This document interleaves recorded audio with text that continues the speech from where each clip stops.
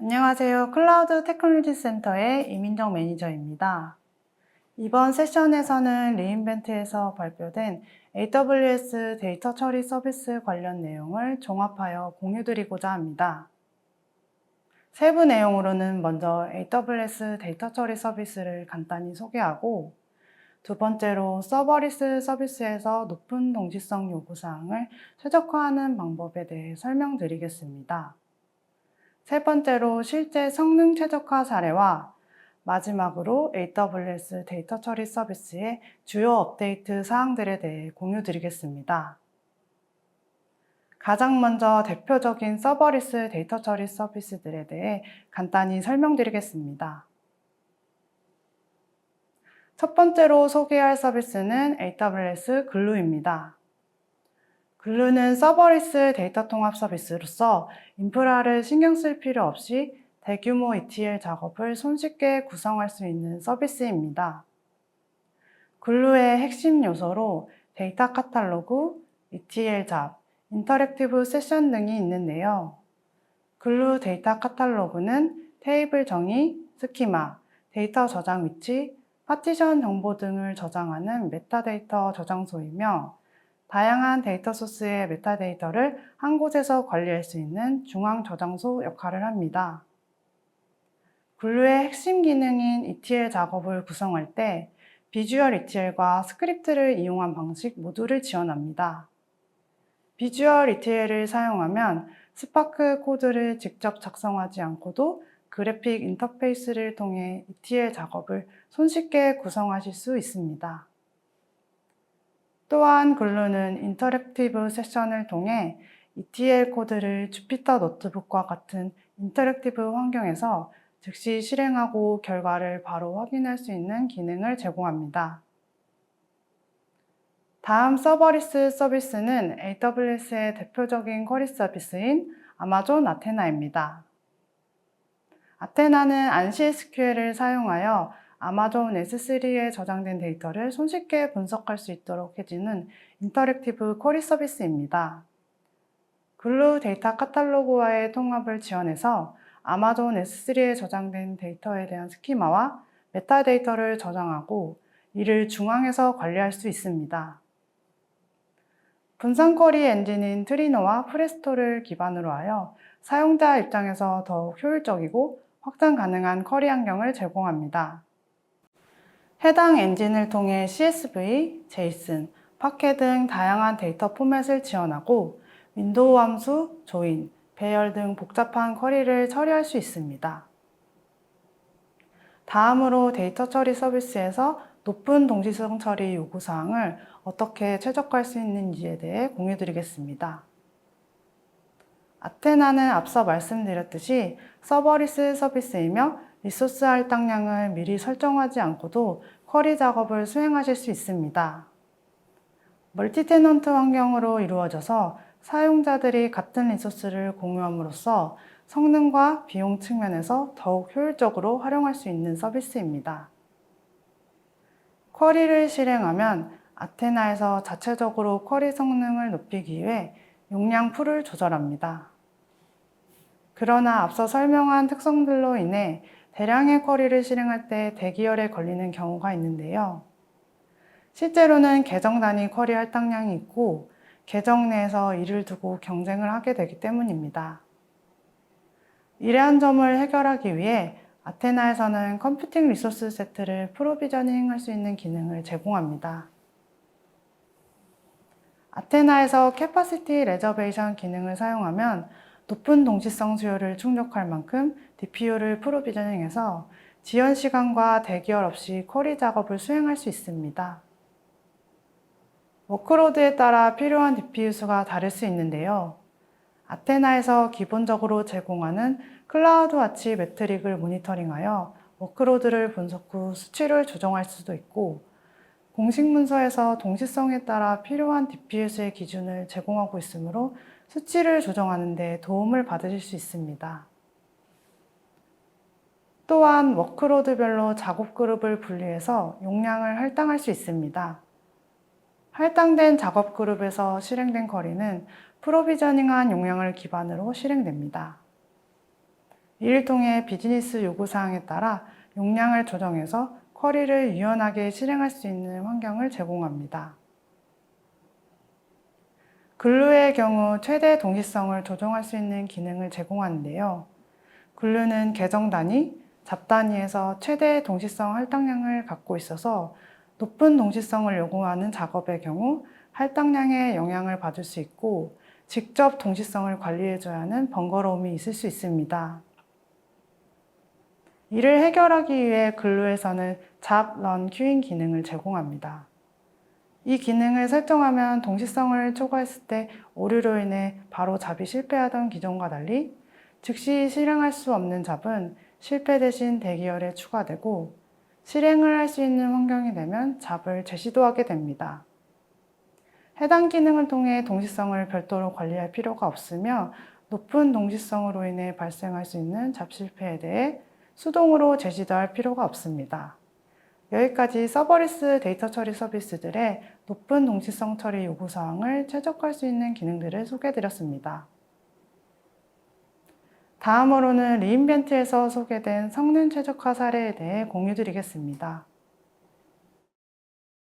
광고 미디어 회사의 사례로 사용자 행동 데이터와 관련된 클릭과 노출 데이터를 대량으로 수집하는 파이프라인을 보유하고 있었고, 데이터의 특성으로 처리해야 할 데이터 양이 기하급수적으로 늘어갔습니다. 기존 아키텍처에서는 판다스를 활용해 단일 머신에서 데이터를 처리하고 있었고, 데이터 규모가 커짐에 따라 파이프라인 실행이 너무 오래 걸리는 심각한 문제가 발생했습니다. 판다스 스크립트를 활용하는 경우 데이터 처리 과정에서 필터링이나 결집값 제거 등 처리 단계가 많아질수록 중간 데이터 프레임이 많이 생성될 수 있는 문제점이 있고, 기본적으로 판다스는 병렬 처리를 제공하지 않기 때문에 확장성에 제약을 갖고 있습니다. 또 다른 문제로는 통계를 위해 전체 데이터를 재처리하고 있었습니다. 이처럼 데이터 파이프라인에서 발생할 수 있는 문제들은 다양한 원인에 의해 성능 저하를 초래합니다. 그렇다면 데이터 파이프라인의 성능 저하를 일으킬 수 있는 일반적인 요소들은 무엇이 있을까요? 첫 번째 요소는 불필요한 데이터 처리입니다. 가장 일반적인 사례로는 매번 전체 데이터를 다시 로드하거나 모든 데이터를 재처리하는 방식이 있습니다. 이러한 방식은 처리 시간이 길어지고 리소스를 낭비하게 되어 성능 저하를 초래할 수 있습니다. 두 번째 요소는 구조가 잘못된 데이터입니다. 데이터 엔지니어링은 본질적으로 다양한 출처에서 온 데이터를 정리하여 이를 합리적이고 체계적인 구조로 만드는 것입니다. 하지만 이 과정에서 구조적인 문제가 발생할 수 있습니다. 예를 들어 서로 다른 출처에서 온 데이터는 종종 일관된 형식이나 구조를 따르지 않기 때문에 이를 통합하고 정리하는 데 어려움이 따릅니다. 세 번째 요소는 병렬 처리 부족으로 인해 생기는 문제입니다. 단일 머신이나 단일 프로세스가 모든 데이터를 처리해야 하는 경우 수평적 확장이 불가능해지며 성능 저하로 이어질 수 있습니다.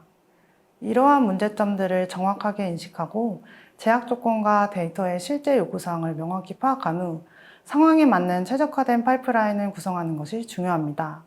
해당 사례는 어떻게 성능을 개선했을까요? 데이터에서 통계를 구하기 위해 전체 데이터를 스캔하던 것을 1단위 데이터를 집계해서 통계를 계산하고 집계 테이블에는 새로운 데이터만 로드하도록 개선했습니다. 이를 통해 불필요한 데이터 처리 문제를 해결하게 되었습니다. 그리고 단일 머신에서 처리하던 작업을 글루 파이스파크 잡을 도입함으로써 병렬 처리 문제를 해결했습니다. 글루는 서버리스 서비스이기 때문에 별도의 클러스터를 구성할 필요 없이 빠르게 도입할 수 있었습니다. 이러한 개선을 통해 3시간 이상 소요되던 작업을 2분 이내로 단축하는 놀라운 성과를 달성했습니다. 여기까지 리인벤트에서 소개되었던 실제 성능 개선 사례에 대해 공유드렸습니다. 다음으로는 성능, 비용, 운영, 보안 측면에서 데이터 처리 서비스의 최신 업데이트 사항들에 대해 공유드리겠습니다. 최근 AWS 글루 5.0이 출시되었습니다. 글루 5.0은 업그레이드된 AWS 관리형 스파크 런타임을 사용하여 성능이 크게 향상되었습니다.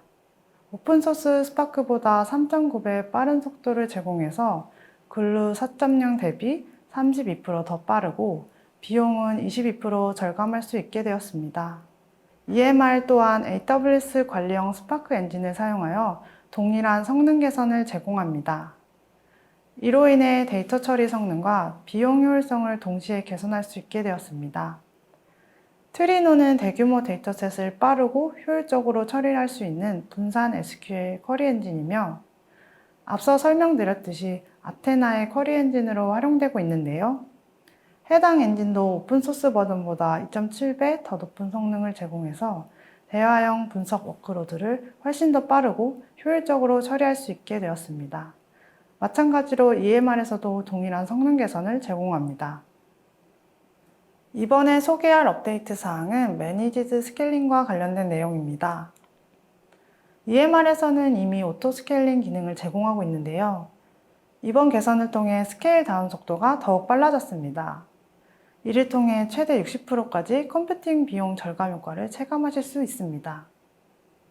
아마존 MWA에서는 태스크 수가 감소하는 즉시 워커 수도 동시에 줄어드는 개선이 이루어졌습니다. 이전에는 태스크 수와 워커 수 사이에 일정한 지연이 있었지만 이번 개선을 통해 지연이 거의 없는 수준까지 줄였습니다. 다음으로 글루의 업데이트 기능인 글루 유스에이지 프로파일스입니다. 이제 AWS 글루의 유스에이지 프로파일스 기능을 통해 관리자는 계정 내 다양한 사용자 그룹에 대해 맞춤형 프로필을 생성할 수 있습니다. 각 그룹에 대해 워커 수, 워커 유형, 타임아웃 등 다양한 설정을 개별적으로 조정할 수 있습니다. 이러한 맞춤형 설정을 통해 각 팀의 요구에 맞춘 효율적인 리소스 관리를 할 수 있으며 리소스 과다 사용을 방지할 수 있습니다. 다음은 운영과 보안 관점에서의 업데이트 사항입니다. AWS 글루 5.0은 AWS 레이크 포메이션과의 통합을 통해 데이터 레이크 리소스에 대해 파인 그레인드 액세스 컨트롤이 가능하게 되었습니다. 이 기능은 테이블 컬럼, 로우 수준에서 데이터 액세스를 세밀하게 관리하며 조직이 보안 규정을 준수하고 민감한 데이터를 효과적으로 보호할 수 있도록 돕습니다. 특히 이번 업데이트에서는 글루 스파크 잡, 인터랙티브 세션에서 스파크 데이터 프레임, 스파크 SQL을 통해 적용된 규칙을 활용할 수 있게 되었습니다. 이를 통해 레이크 데이터에 대한 보안 제어 작업이 간소화되었습니다. 마지막으로 GenAI를 활용한 업데이트 사항입니다. 스파크 잡을 구성하다 보면 한 줄의 코드가 수백 줄의 오류를 발생시킬 수 있는데요. 데이터 엔지니어들도 이 오류를 분석하는 데 많은 어려움을 겪습니다.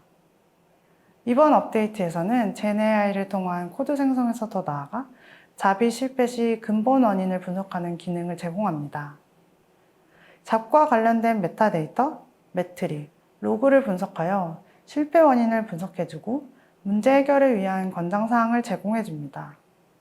이 기능을 사용하면 디버깅 시간을 단축하여 불필요한 작업에 소모되는 리소스를 줄이고 절약된 시간과 비용을 더 높은 가치를 창출하는 데 집중적으로 투자할 수 있습니다. 스파크 애플리케이션 업그레이드는 많은 시간과 전문 지식이 요구되는 복잡한 작업입니다. 버전 변경 사항을 검토 후 스크립트와 설정을 수정하고 업그레이드 후에는 반복적인 테스트와 결과 검증 과정이 필요합니다. 이는 오랜 시간과 막대한 비용이 드는 프로젝트로 이어질 수 있습니다. 글루 스파크 잡의 업그레이드 어널리시스 및 AI 기능을 통해 변경사항 식별과 검증을 자동화하여 업그레이드 과정을 단순화할 수 있게 되었습니다. 스파크 애플리케이션을 업그레이드하기 위해서 스파크 SQL API 메서드와 펑션, 스파크 데이터 프레임 API 메서드와 연산들, 파이썬 업데이트, 스파크 SQL 및 코어 설정 변경 등의 주요 변경 영역을 다룹니다. 이러한 변경 사항들을 검증 후 업그레이드에 대한 요약과 스크립트, 검증 실행 로그 등이 제공됩니다. 이를 통해 데이터 엔지니어들은 스파크 애플리케이션 업그레이드하는 시간을 크게 단축할 수 있습니다. 지금까지 리인벤트에서 소개된 데이터 처리 서비스를 이용한 최적화 사례들과 혁신적인 업데이트 사항들을 살펴보았습니다. 앞으로 이 도구들이 데이터 처리 워크플로우에 어떤 변화를 가져올지 기대가 되며 오늘 세션을 통해 데이터 처리에 대한 인사이트를 얻는 데 도움이 되셨기를 바랍니다. 지금까지 클라우드 테크놀로지 센터의 이민정 매니저였습니다. 감사합니다.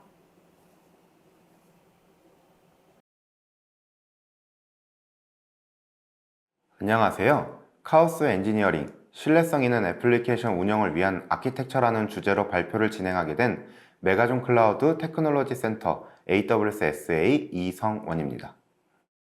목차로는 서론과 신뢰성 있는 애플리케이션 운영, 그리고 카오스 엔지니어링에 대한 간단 소개 순서로 진행하도록 하겠습니다. 먼저 서론입니다. 90%의 기업이 다운타임으로부터 시간당 30만 달러의 비용을 부담하고 이 중 엔터프라이즈의 41%가 다운타임 1시간당 100만에서 500만 달러라는 엄청난 비용이 발생한다고 알려지고 있습니다. 이러한 조사 결과는 잦은 시스템 장애를 겪는 기업은 그렇지 않은 기업에 비해 16배 높은 비용을 부담한다는 사실을 알 수 있습니다. 이는 시스템의 안정성이 고객의 신뢰뿐만이 아니라 기업의 많은 비용적 부담이 가중될 수 있음을 시사합니다. 장애가 발생하게 되면 우리는 크게 두 가지 중 하나를 선택해야 합니다. 이전으로 돌아갈 것인가? 시간이 좀 걸리더라도 복구할 것인가? 이전으로 돌아간다고 하면 얼마나 이전까지 돌아가야 하는지, 그로 인한 데이터 손실을 걱정해야 하고, 복구를 한다고 하면 그 시간 동안 시스템은 다운된 상태로 존재할 수밖에 없을 것입니다. 보건 방향성에 대해 결정하더라도 장애를 감지하고 보관하는 과정 동안 시스템은 다운된 상태를 유지하게 되고 복원을 완료해도 시스템이 정상적으로 동작하는지 혹은 다른 장애가 발생하고 있지 않을지에 대한 담당자들이 두려움을 가질 수밖에 없습니다. AWS의 CTO 버너 보겔스는 모든 것은 항상 실패한다라는 말로 장애 대응의 중요성을 역설했습니다. 인프라를 구축하고 소프트웨어를 개발하고 운영하는 상태에서 어떤 상황에서든 에러는 발생할 수 있고 우리는 이 에러에 대응책을 마련해 두어야 합니다. 그렇다면 장애를 대비한 설계 방법은 무엇일까요? 그리고 이를 어떻게 효과적으로 검증할 수 있을까요? 이를 위해 먼저 신뢰성 있는 애플리케이션 운영 방법 중 첫 번째 격리 방식에 대해서 살펴보도록 하겠습니다. 격리는 장애를 분리하기 위한 전통적인 방식입니다. 기본적으로 전 서비스와 리전 서비스, 글로벌 서비스로 나누어지는 각각의 서비스를 적절하게 사용하여 장애 환경이 전파되지 않도록 분리하는 것이 핵심입니다. 여기서 더 나아가서 사용할 수 있는 아키텍처 패턴이 셀룰러 아키텍처입니다. 셀룰러 아키텍처는 서비스가 여러 개의 배포 스택으로 나뉘는 설계 패턴이며 각 스택을 셀이라고 지칭하게 됩니다. 이러한 셀은 각 서비스의 독립적인 형태로 존재하게 되며 한 명 이상의 고객 혹은 데이터를 처리하게 됩니다. 따라서 각 셀은 전체 워크로드를 독립적으로 처리해야 하며 이러한 셀들은 데이터베이스를 비롯하여 아무것도 공유하지 않아야 합니다. 마이크로 서비스가 대중화된 시점에서 이러한 셀룰러 아키텍처는 장애가 전파되는 것을 차단하고 각 서비스별 느슨한 연결을 통해 강한 결합성을 제거하는 것이 핵심이라고 할 수 있습니다. 이를 통해 고객은 서비스나 인프라에 장애가 발생하더라도 전체 서비스의 경험을 해치지 않고 사용할 수 있게 됩니다. 두 번째는 관찰 가능성입니다.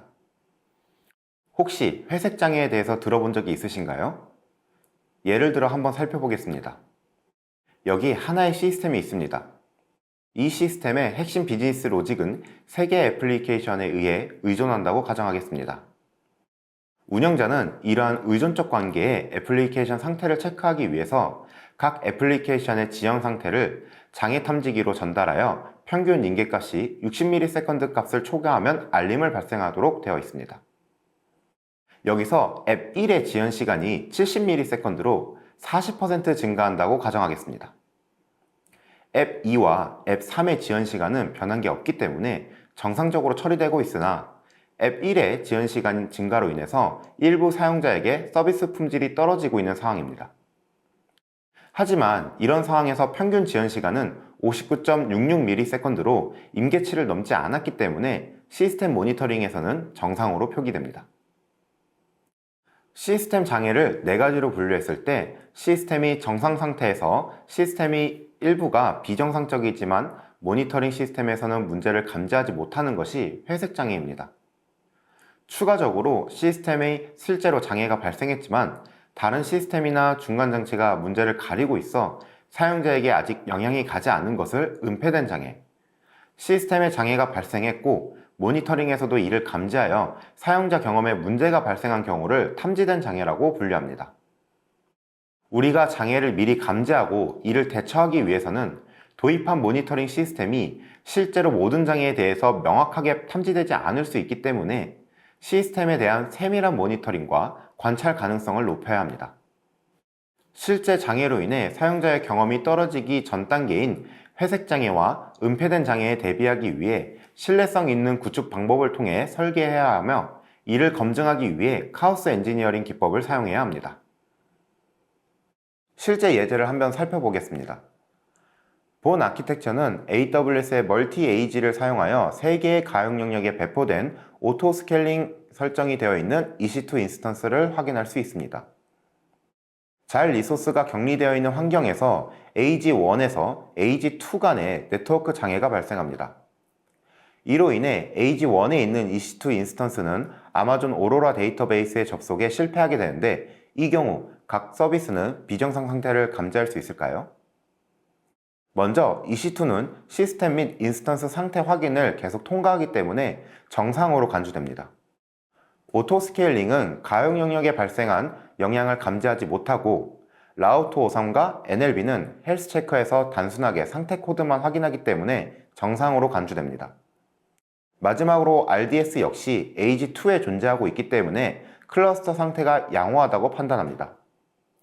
이렇게 각각의 서비스가 상태를 확인하고 있지만 장애를 탐지하지 못하게 되는 것입니다. 다른 예제도 한번 살펴볼까요? 어떠한 EC2 인스턴스가 3초 만에 10GBps의 트래픽이 몰리는 마이크로 버스트가 발생한다고 가정하겠습니다. 해당 EC2는 이러한 급작스러운 부하로 인해서 처리랑 한계를 돌파하여 트래픽이 손실됩니다. 하지만 여러분이 보는 지표에서는 1분 동안 1GBps의 트래픽이 인입된 것으로 확인됩니다. 이는 수집 간격보다 짧은 시간 동안, 즉 지표 모니터링이 초당 속도로 발생하는 경우에서는 IOPS나 처리랑 급중이 발생한 경우에는 클라우드 와치에서는 버스트를 캡처하지 못하기 때문입니다. 이러한 모니터링 도구에서 아예 감지하지 못하거나 감지하더라도 잘못된 값을 제시하는 경우 트러블 슈팅을 어렵게 하는 주요 원인이 됩니다. 그럼 이러한 상황에서 우리는 어떻게 대처해야 할까요? 바로 여러 모니터링 지표를 통합해서 알림 지표를 생성해 파악하는 것입니다. 이것이 관찰 가능성을 높이는 방법입니다. 첫 번째 예제에서는 가용 영역 간의 통신 지표를 확인하거나 두 번째 예제에서는 마이크로 버스트를 계산하기 위한 공식을 도입한 커스텀 지표를 생성하는 방법을 사용하는 것입니다. 이해를 돕기 위해서 본 상황을 살펴보겠습니다. 대규모 트래픽으로 인해 오토 스케일링이 되고 있는 상황입니다. 트래픽이 증가하고 이를 감지하는데 4분이 소요되었습니다. 이후 EC2 인스턴스가 부팅이 되어 실제 트래픽을 받을 준비까지 6분 이상의 시간이 소요됩니다. 트래픽이 급증하는 것에 비하여 대응하는 속도가 느리기 때문에 고객 경험이 저하되고 심하면 시스템 장애로도 발생할 수 있는 상황입니다. 이러한 문제는 사용되는 지표가 충분한 데이터를 제공하지 않기 때문입니다. CPU 타겟 추적은 점진적인 변화에서 적합하지만 10배 급증과 같은 상황에서 충분한 데이터를 제공하지 않습니다. 일반적으로 CPU 사용률은 안정적인 성능을 유지하기 위해 50% 수준을 기준으로 잡는데 RPS가 2배가 되면 CPU는 100%가 될 것입니다. 하지만 RPS가 10배가 되어도 여전히 CPU는 100%로 유지되는 상황이 발생합니다. 만약 시스템 과부하 상태에서 일부 요청을 의도적으로 거부하거나 처리하지 않는 로드 쉐딩 상황에서는 실제 워크로드를 반영하지 않기 때문에 확장 지표로서 사용하기에는 부적합합니다. 이를 개선하기 위해 커스텀 지표로 RPS를 도입하고 수집 주기를 짧게 하여 고해상도로 매트릭스를 수집하는 전략을 가질 수 있습니다. 이를 통해 Time to Recover, 즉 TTR을 단축시킬 수 있으며 실제 넷플릭스에서 급증하는 트래픽을 대응할 수 있는 방법으로 사용하는 방법록 중에 하나입니다. 그렇다면 이제 신뢰성 있는 애플리케이션 운영을 위해 시스템의 간결합성을 제거하고 높은 관찰 가능성을 가져가기 위해 우리는 카오스 엔지니어링 도입을 고려해야 합니다. 카오스 엔지니어링이란 시스템이 격동에 예측하지 못한 상황을 견딜 수 있도록 신뢰성을 쌓기 위해 운영 중인 소프트웨어 시스템에 실험을 하는 규율이라고 소개하고 있습니다. 즉, 하나의 시스템에 인프라, 소프트웨어 관계없이 장애를 일으킬 수 있는 상황을 만들고 이를 실험한다고 이해하시면 됩니다. 이러한 카오스 엔지니어링에는 다음과 같은 원칙이 존재합니다. 첫 번째, 안정상태. 시스템이 계획한 대로 잘 동작하여 서비스가 의도한 것과 같이 잘 운영되고 있는 기준을 정의합니다. 두 번째, 계획하기. 무엇을 테스트할지, 어떻게 테스트할지를 결정합니다. 여기서 목표는 가설을 세우는 것입니다. 시스템에서 무엇이 잘못될 수 있을까요? 악용될 수 있는 잠재적인 취약점은 무엇인가요? 세 번째, 실험하기. 시스템에 결함을 주입하고 시스템이 어떻게 반응하는지 살펴보시는 겁니다. 본질적으로 어떠한 일이 일어나는지 보기 위해 일부러 시스템에 렌치를 던지는 습관입니다. 네 번째, 검증하기. 실험에서 얻은 데이터를 사용하여 잠재적인 실패 지점을 식별합니다. 필요하다면 실험을 반복할 수 있습니다.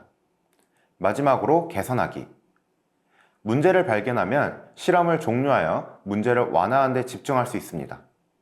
그렇지 않으면 문제의 핵심에 도달할 때까지 실험을 확장할 수 있습니다.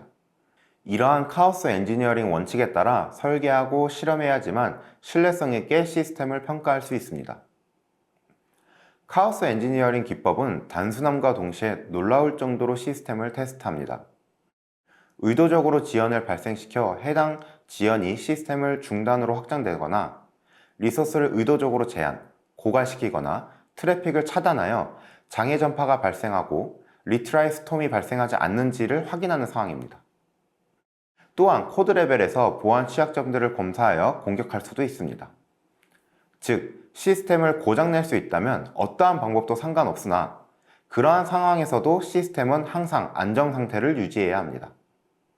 하지만 이러한 시나리오를 각각 개별로 재현하기에는 까다롭고 위험한 일이기도 합니다. 따라서 AWS의 Fault Injection Simulator, 즉 FIS는 이러한 문제들을 해결하여 보다 수월하게 시스템의 안정성을 점검할 수 있도록 돕는 관리형 카오스 엔지니어링 서비스입니다. AWS 서비스와 유기적으로 연동되어 있기 때문에 네트워크 단절이나 CPU 부하 증가, 디스크 공간 부족 등과 같은 사실적인 문제 상황들을 쉽게 발생시킬 수 있도록 해줍니다. 무엇보다도 실제 고객에게 끼칠 수 있는 영향을 최소화하기 위해 다양한 안전장치가 마련되어 있으며 장애 주입 실험을 순차적 또는 병렬적으로 수행할 수 있습니다. AWS의 FIS 서비스를 활용한 더 다양한 컨텐츠를 확인하고 싶으시다면 BMW의 사례를 QR로 통해 확인해 보시기 바랍니다. 또한 재미있고 게임화된 대화형 학습 경험을 제공하는 AWS 게임데이에 참석하시어 AWS FIS 방법에 대해 알아보시는 것을 추천드립니다.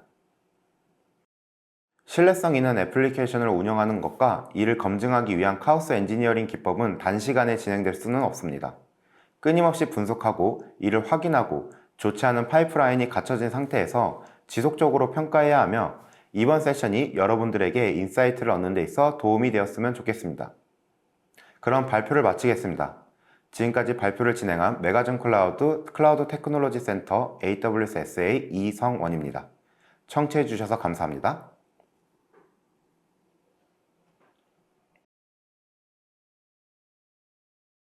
안녕하세요. 메가존에서 구축을 담당하고 있는 이태웅 매니저입니다. 이번 리커넥트 주제는 2024년 리인벤트에서 발표된 하이브리드 환경에서의 탄력적인 연결 구축이라는 세션입니다. 해당 세션은 클라우드가 확산되어 성숙해가면서 온프리미스 환경과 클라우드 환경을 함께 사용하는 하이브리드 환경으로 이전해야 하는 상황에서 네트워크의 단계적인 확장과 탄력성 확보를 어떻게 할 것인지 큰 틀에서 고민해 보는 주제를 다루고 있습니다. 이번 발표의 아젠다입니다. 탄력성을 확보하기 위해 필요한 개념과 기술을 언급한 뒤에 회복력이 없는 구성에서 시작하여 회복력의 단계를 적용한 구성 같은 구체적인 것들에 대해 말씀드리겠습니다. 최종적으로는 회선 연결에 대한 모니터링 지표와 도구, 회선 헬스케어를 위한 아키텍처에 대해 소개하도록 하겠습니다. 제목에서 말하는 탄력성은 시스템과 네트워크가 외부의 부하와 크래시에 대응하여 가용성, 회복력을 발휘해서 워크로드를 지속성 있게 보호하는 것을 말합니다. 시스템의 부하와 크래시에 대응하기 위한 기능들은 HA, 클러스터, 오토 스케일링 등이 있지만 네트워크의 부하와 크래시는 오토 스케일링이 빠진 HA, 클러스터 구성으로만 대응할 수 있습니다. 네트워크는 시스템과 다르게 확보되어 있는 물리적인 대역폭의 한도 내에서 회선 사용량의 증가 또는 감소가 발생할 뿐이며 대역폭 자체를 오토 스케일링 할 수 없는 물리적 제한이 있기 때문입니다. AWS 네트워크에서는 회복력을 위해 대응하는 기능으로서 HA는 회선 이중화, 클러스터는 ECMP라는 기능을 보편적으로 사용합니다. 네트워크 HA와 네트워크 클러스터를 비교해 보겠습니다. 네트워크 HA는 두 개 회선으로 액티브 스탠바이 구성을 사용하여 평상시에는 액티브 회선으로만 통신하고 스탠바이 회선은 대기하는 구조입니다. 액티브 회선에 장애가 발생하면 스탠바이 회선이 액티브 회선으로 전환되는 페일오버 과정을 통해 HA가 구현되는 모습을 볼 수 있습니다. 액티브 회선에 부하가 발생한다 하더라도 스탠바이 회선이 트래픽을 분담하지는 않기 때문에 확보된 전체 대역폭의 50%만 사용하는 경우라고 할 수 있습니다. 이에 비해 클러스터는 두 개 회선 이상의 회선을 모두 액티브로 활용하기 때문에 전체 대역폭을 이론적으로 100% 사용 가능하므로 효율성이 극대화됩니다. 네트워크 클러스터는 사이트-투-사이트 VPN에서의 기본 선택지인 버추얼 프라이빗 게이트웨이에서는 사용할 수 없고 트랜짓 게이트웨이를 사용하여 ECMP를 통해서 구현할 수 있습니다. 네트워크 클러스터에서도 제한점이 발견됩니다. 대역폭 효율이 좋기 때문에 회선 사용량이 전체 대역폭의 50%를 초과하여 사용하는 경우에 회선 장애가 발생한다면 대역폭 저하가 발생할 수 있습니다. 기능적인 문제라기보다는 성능에 대한 문제이기 때문에 사용자 관점에서는 네트워크 저하를 느낄 수 있습니다. 따라서 네트워크에 HA를 적용할 것인지 클러스터를 적용할 것인지는 목적에 맞게 선택적으로 사용해야 한다고 정의할 수 있겠습니다. 여기에 회복력이 확보되지 않은 네트워크 설계를 먼저 보시겠습니다. 위쪽의 그림은 사이트-투-사이트 VPN 연결 구성이고 아래쪽의 그림은 다이렉트 커넥트 연결 구성입니다. 두 그림 모두 장애가 없는 상황에서는 기능적으로 잘 동작할 것입니다. 이러한 구성을 단일 구성하였다고 일반적으로 표현을 하며 커스터머 라우터 같은 스위치 장비와 회선이 한 개씩만 존재하고 이를 단일 장애 지점으로 보기 때문에 장애에 취약하다고 평가를 합니다. 단일 장애 지점이란 싱글 포인트 오브 페일러, 즉 SPOF라고도 표현하며 단일 구성에 따른 장애가 전체 시스템의 가용성에 영향을 미치는 취약 지점을 가리킵니다.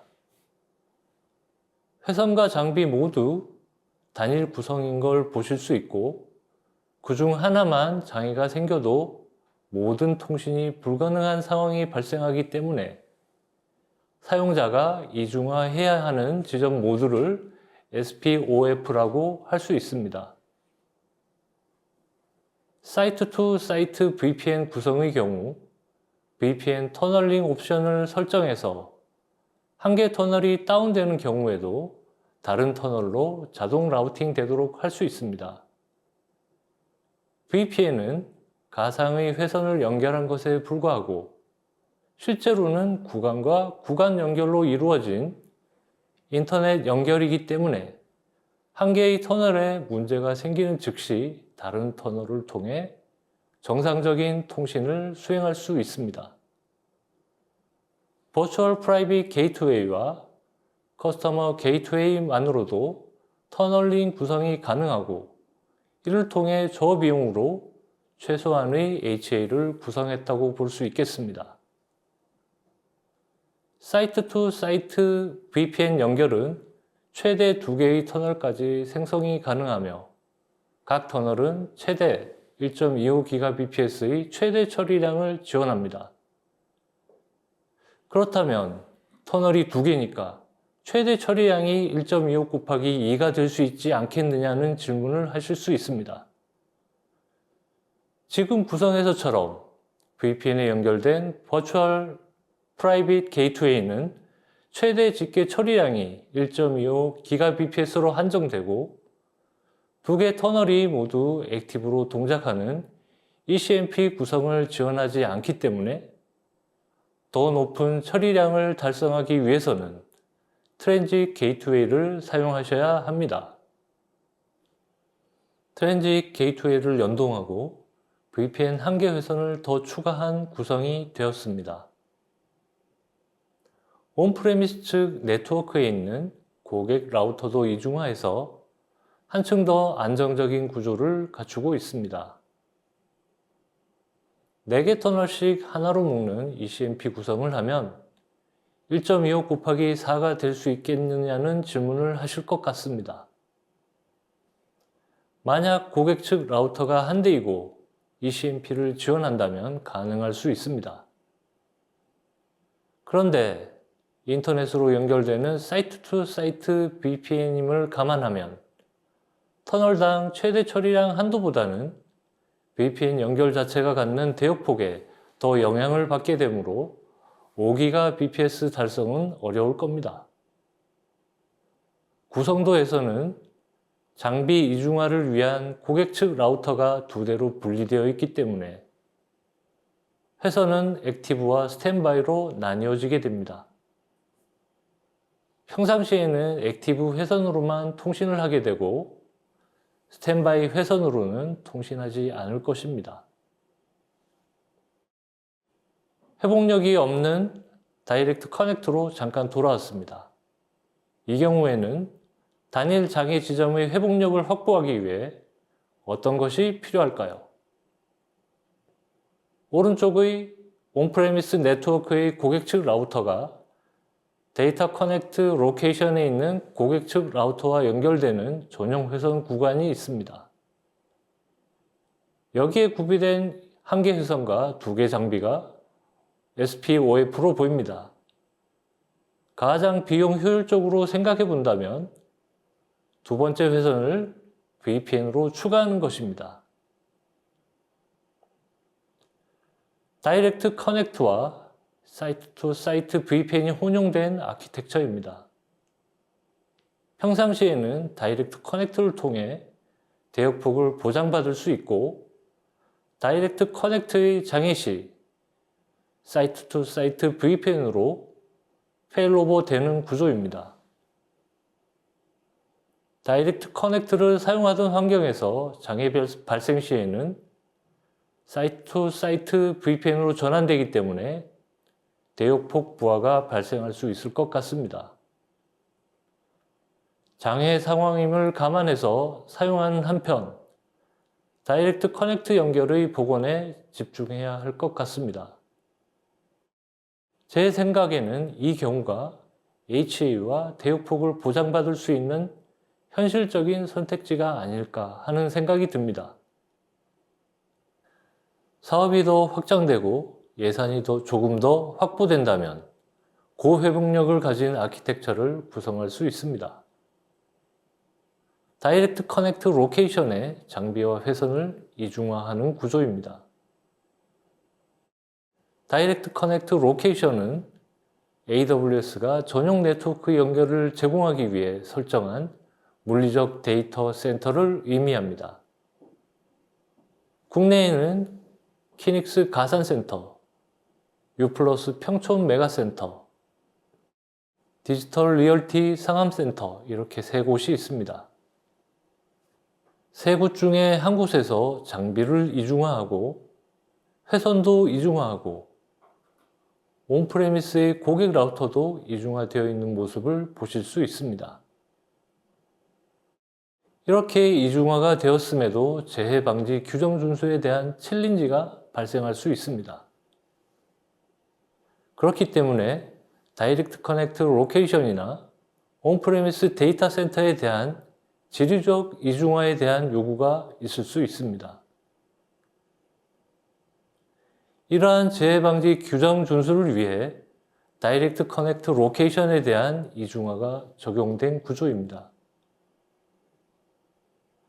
다이렉트 커넥트 로케이션이 분리되어 있기 때문에 서울 가산동, 경기도 평촌, 서울 상암동 3곳 중 2곳을 선택해서 로케이션 이중화를 진행할 수 있겠습니다.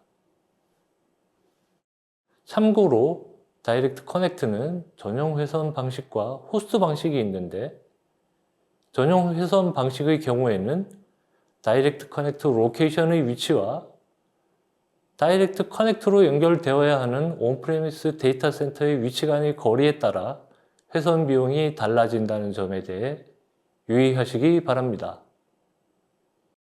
궁극적이고 고정 비용으로부터 자유로운 아키텍처입니다. 온프레미스 데이터 센터도 이중화되고 모든 장치와 회선이 이중화된 상태입니다. 각기 다른 회선 제공사도 각각 2개 회선을 제공하는 상황이므로 최대한의 회복력을 가진 구조로 생각하시면 되겠습니다.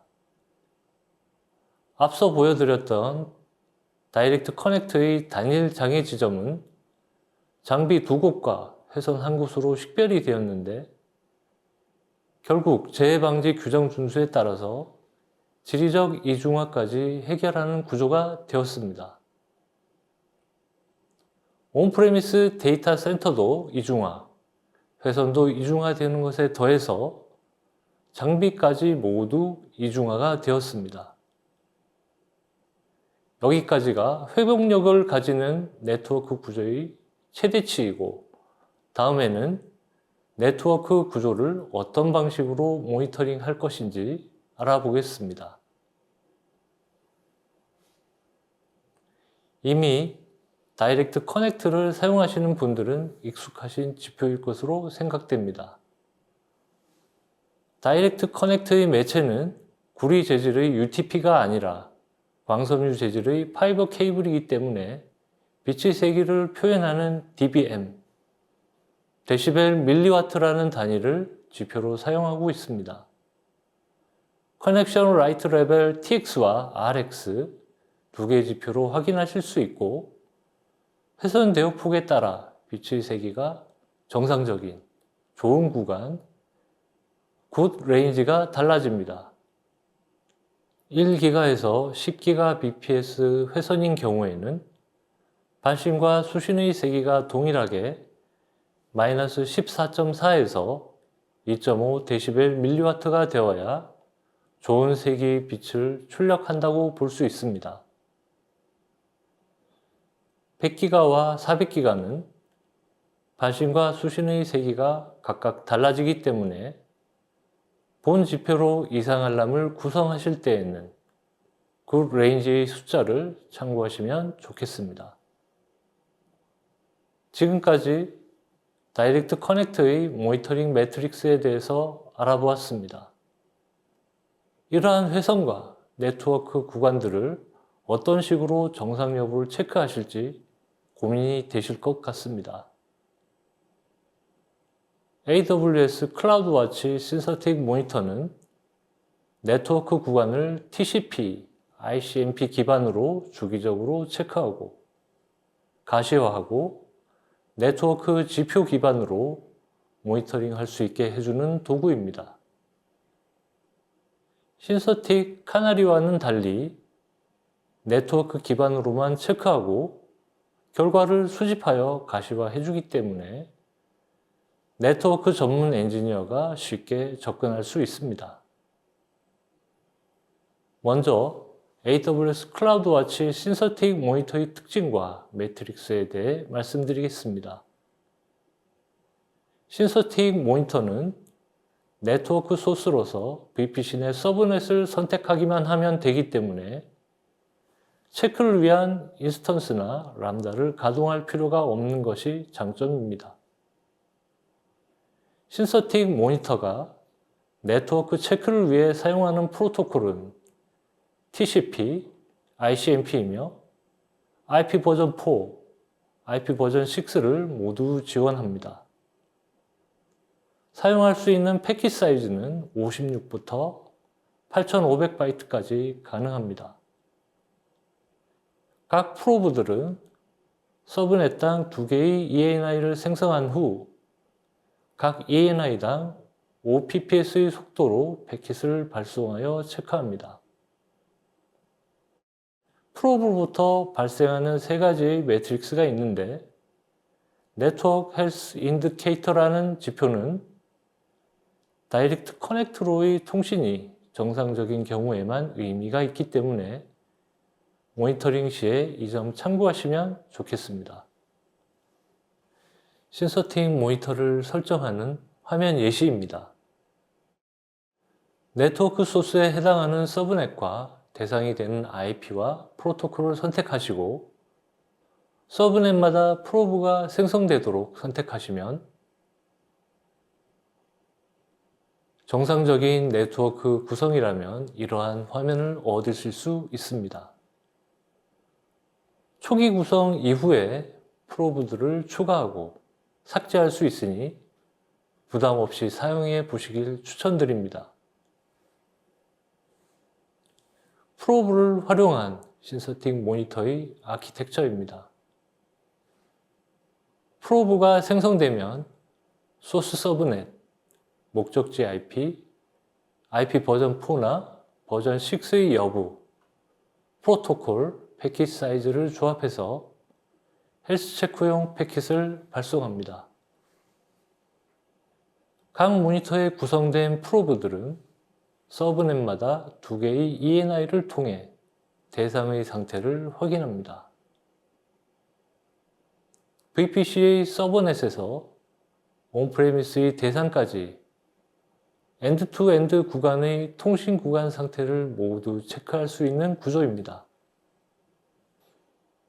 지금까지 하이브리드 환경을 위한 탄력적인 연결 구축 세션을 통해 탄력성을 확보하기 위해 필요한 회복력이라는 개념과 그것을 구현하기 위해 적용되는 기술을 간단히 알아보았으며 회복력이 없는 구성에서 단계별로 회복력을 보강하고 더 강화해 나가는 과정을 훑어보았습니다. 그리고 구성이 완료되고 나서 모니터링하기 위한 방식, 회선의 상태 체크를 위한 구조와 방법도 알아보았습니다. 회선의 회복력은 회사의 사업이 커져나가는 동안에는 지속적으로 강화해 나가야 할 요소입니다. 그에 비해 AWS와 온프레미스 간의 네트워크 연결 이상 및 지연에 관해 대응 방식이나 세부 확인 방법 등이 다소 추상적인 면이 있었다고 생각합니다. 회선이나 장비에 대한 물리적인 접점이 없는 클라우드의 특성으로부터 온 것이라고 생각합니다. 가상으로 보이는 AWS의 리소스 중 회선은 물리적으로 존재하는 자원이며 물리적인 충격 및 자연재해에 취약하므로 우리는 이를 탄력적으로 보호하고 지속적으로 모니터링해야 합니다. 회선이 연결되면 그 기능 동작에 만족하지 말고 이중화로 보완하고 건강 상태를 모니터링하여 가시화해서 문제 발생 시 적극적으로 대응해 나갈 수 있도록 준비합시다. 지금까지 이태훈 매니저였습니다. 시청해 주셔서 감사합니다.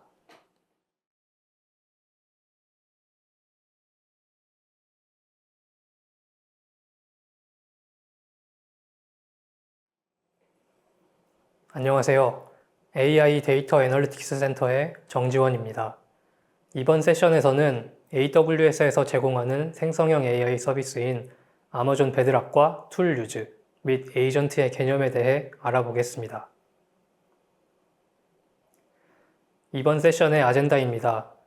AWS를 활용한 생성형 AI 애플리케이션 구축에서 가장 중요한 부분인 아마존 베드락에 대해 간략하게 설명드린 뒤 함수 호출이라고도 불리는 툴 유즈에 대한 개념과 활용 방법을 소개해 드리겠습니다. 이어서 에이전트 및 베드락 에이전트가 작동하는 방식에 대해 말씀드리겠습니다. AWS 환경에서 구축되는 생성형 AI 애플리케이션의 핵심인 아마존 베드락입니다. 아마존 베드락은 AWS에서 제공하는 완전 관리형 서비스로 생성형 AI와 관련된 다양한 기능을 지원하여 생성형 AI 애플리케이션을 효과적으로 구축하고 관리할 수 있도록 하는 서비스입니다. 현재 베드락은 엔트로픽의 클러드, 메타의 라마, 미스트랄 AI, 코히어 및 아마존 자체 모델인 타이탄과 최근 공개된 노바 등 100개가 넘는 다양한 고성능 파운데이션 모델을 단일 API를 통해 제공하고 있습니다. 예를 들어 컨버스 API의 경우 어떤 모델을 사용하더라도 동일한 API 구문에 모델 아이디만 변경하면 원하는 모델을 사용하실 수 있습니다.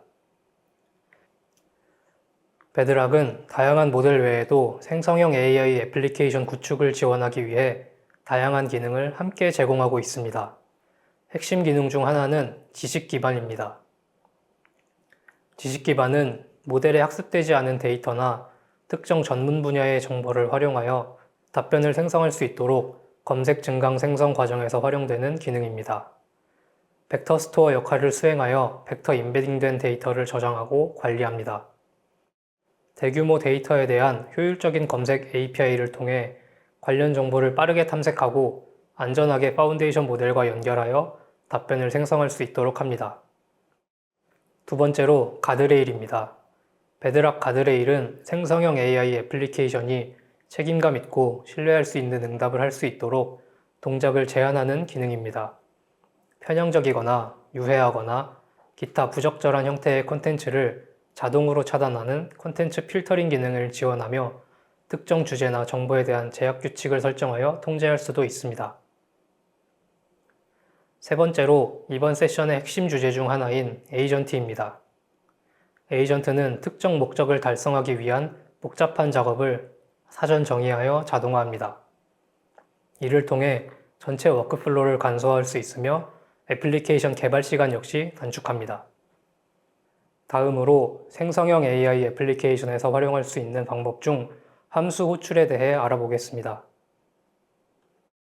최근 LLM이 굉장히 빠른 속도로 발전함에 따라 생성형 AI 애플리케이션의 전체적인 답변 성능 역시 많이 향상되었습니다. 하지만 여전히 근본적인 문제점은 남아 있습니다.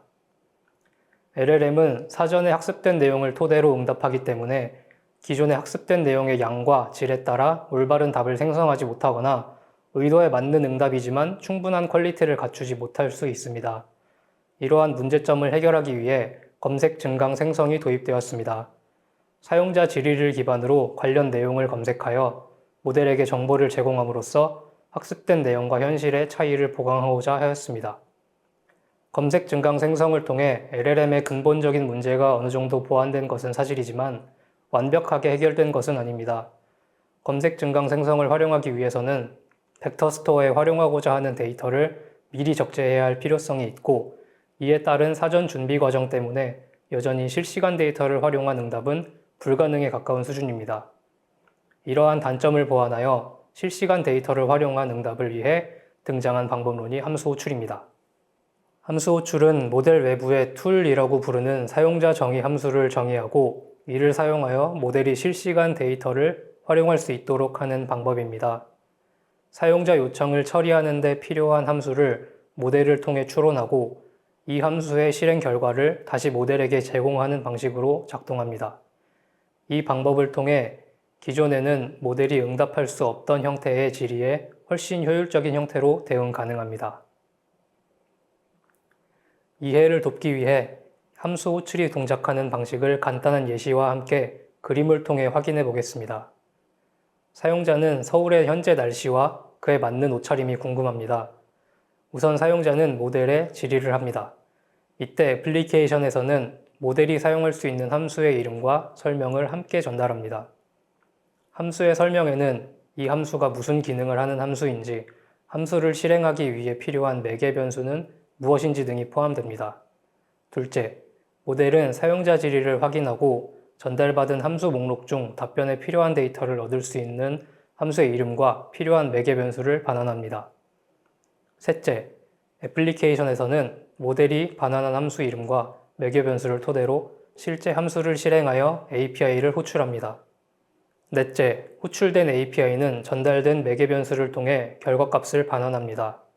다섯째, API를 통해 받은 정보를 기존 사용자 질의와 함께 다시 한번 모델에게 전달합니다. 마지막으로 LLM은 전달받은 정보를 통해 답변을 추론하여 반환합니다. 단순한 형태의 작업이지만 생성형 AI 애플리케이션의 확장성 측면에 있어서 굉장히 효율적인 방법입니다. 이제 조금 더 민감하고 핵심적인 내용을 다뤄보겠습니다. 함수 호출은 앞서 살펴본 바와 같이 많은 이점을 주는 방법이지만 완벽하진 않습니다. 특히 함수 호출 개념 등장 초기에는 사용자 질의, 함수 목록 등을 하나의 프롬프트에 모두 포함하여 모델 호출을 진행하였습니다. 그리고 모델의 기본적인 성능 역시 지금에 비하면 많이 부족했습니다. 이로 인해 다양한 문제가 발생하기 시작했습니다. 가장 먼저 발생한 문제점은 환각 현상입니다. 사용해야 하는 함수의 이름을 반환받고자 함수 목록과 설명을 전달하지만 종종 함수의 이름을 반환하는 것이 아니라 모델이 해당 함수를 직접 생성하려고 하거나 함수를 직접 실행한 것처럼 답변을 하려고 하는 경우가 있었습니다. 함수는 모델 외부에서 새롭게 정의된 것이기 때문에 모델은 실제로 이 함수를 알 수 없으므로 대표적인 환각 현상으로 볼 수 있습니다. 두 번째로 프롬프트 인젝션 공격입니다. 질의, 함수명 및 설명, 시스템 프롬프트 등이 중간 확인 과정 없이 한 번에 LLM에게 전달되다 보니 프롬프트 노출을 유도하거나 함수 목록을 유출하도록 유도하는 방식의 프롬프트 인젝션 공격에 취약했습니다. 세 번째로 입력 토큰의 증가입니다. 당시 모델들은 함수 호출을 염두에 두고 학습되지 않아 방법론을 이해시키는 데 많은 입력 토큰을 할애해야 했습니다. 이로 인해 비용 증가는 물론 지연 시간 역시 늘어나는 문제가 있었습니다. 마지막으로 오케스트레이션 문제입니다. 함수 호출 개념의 특성상 앞선 프로세스의 결과가 다음 프로세스에 필요한 종속성을 가지게 되는데 모델의 출력에 대한 일관적인 통제가 어려워 프로세스 간 오케스트레이션에서 문제가 있었습니다. 이러한 문제점들을 해결하기 위해 함수 호출을 올바르고 효과적으로 사용하는 방법을 마련해야 했습니다. 우선 함수 호출만을 위한 특정 구문을 설정하고 사용자 질의와 시스템 프롬프트를 분리하였습니다. 이를 통해 환각 현상을 줄일 수 있었고 프롬프트 인젝션 공격 역시 대응 가능해졌습니다. 또한 LLM의 학습 과정에서 함수 호출에 대한 내용을 학습하여 함수 호출이 필요한 경우 그에 맞는 응답을 하도록 했습니다.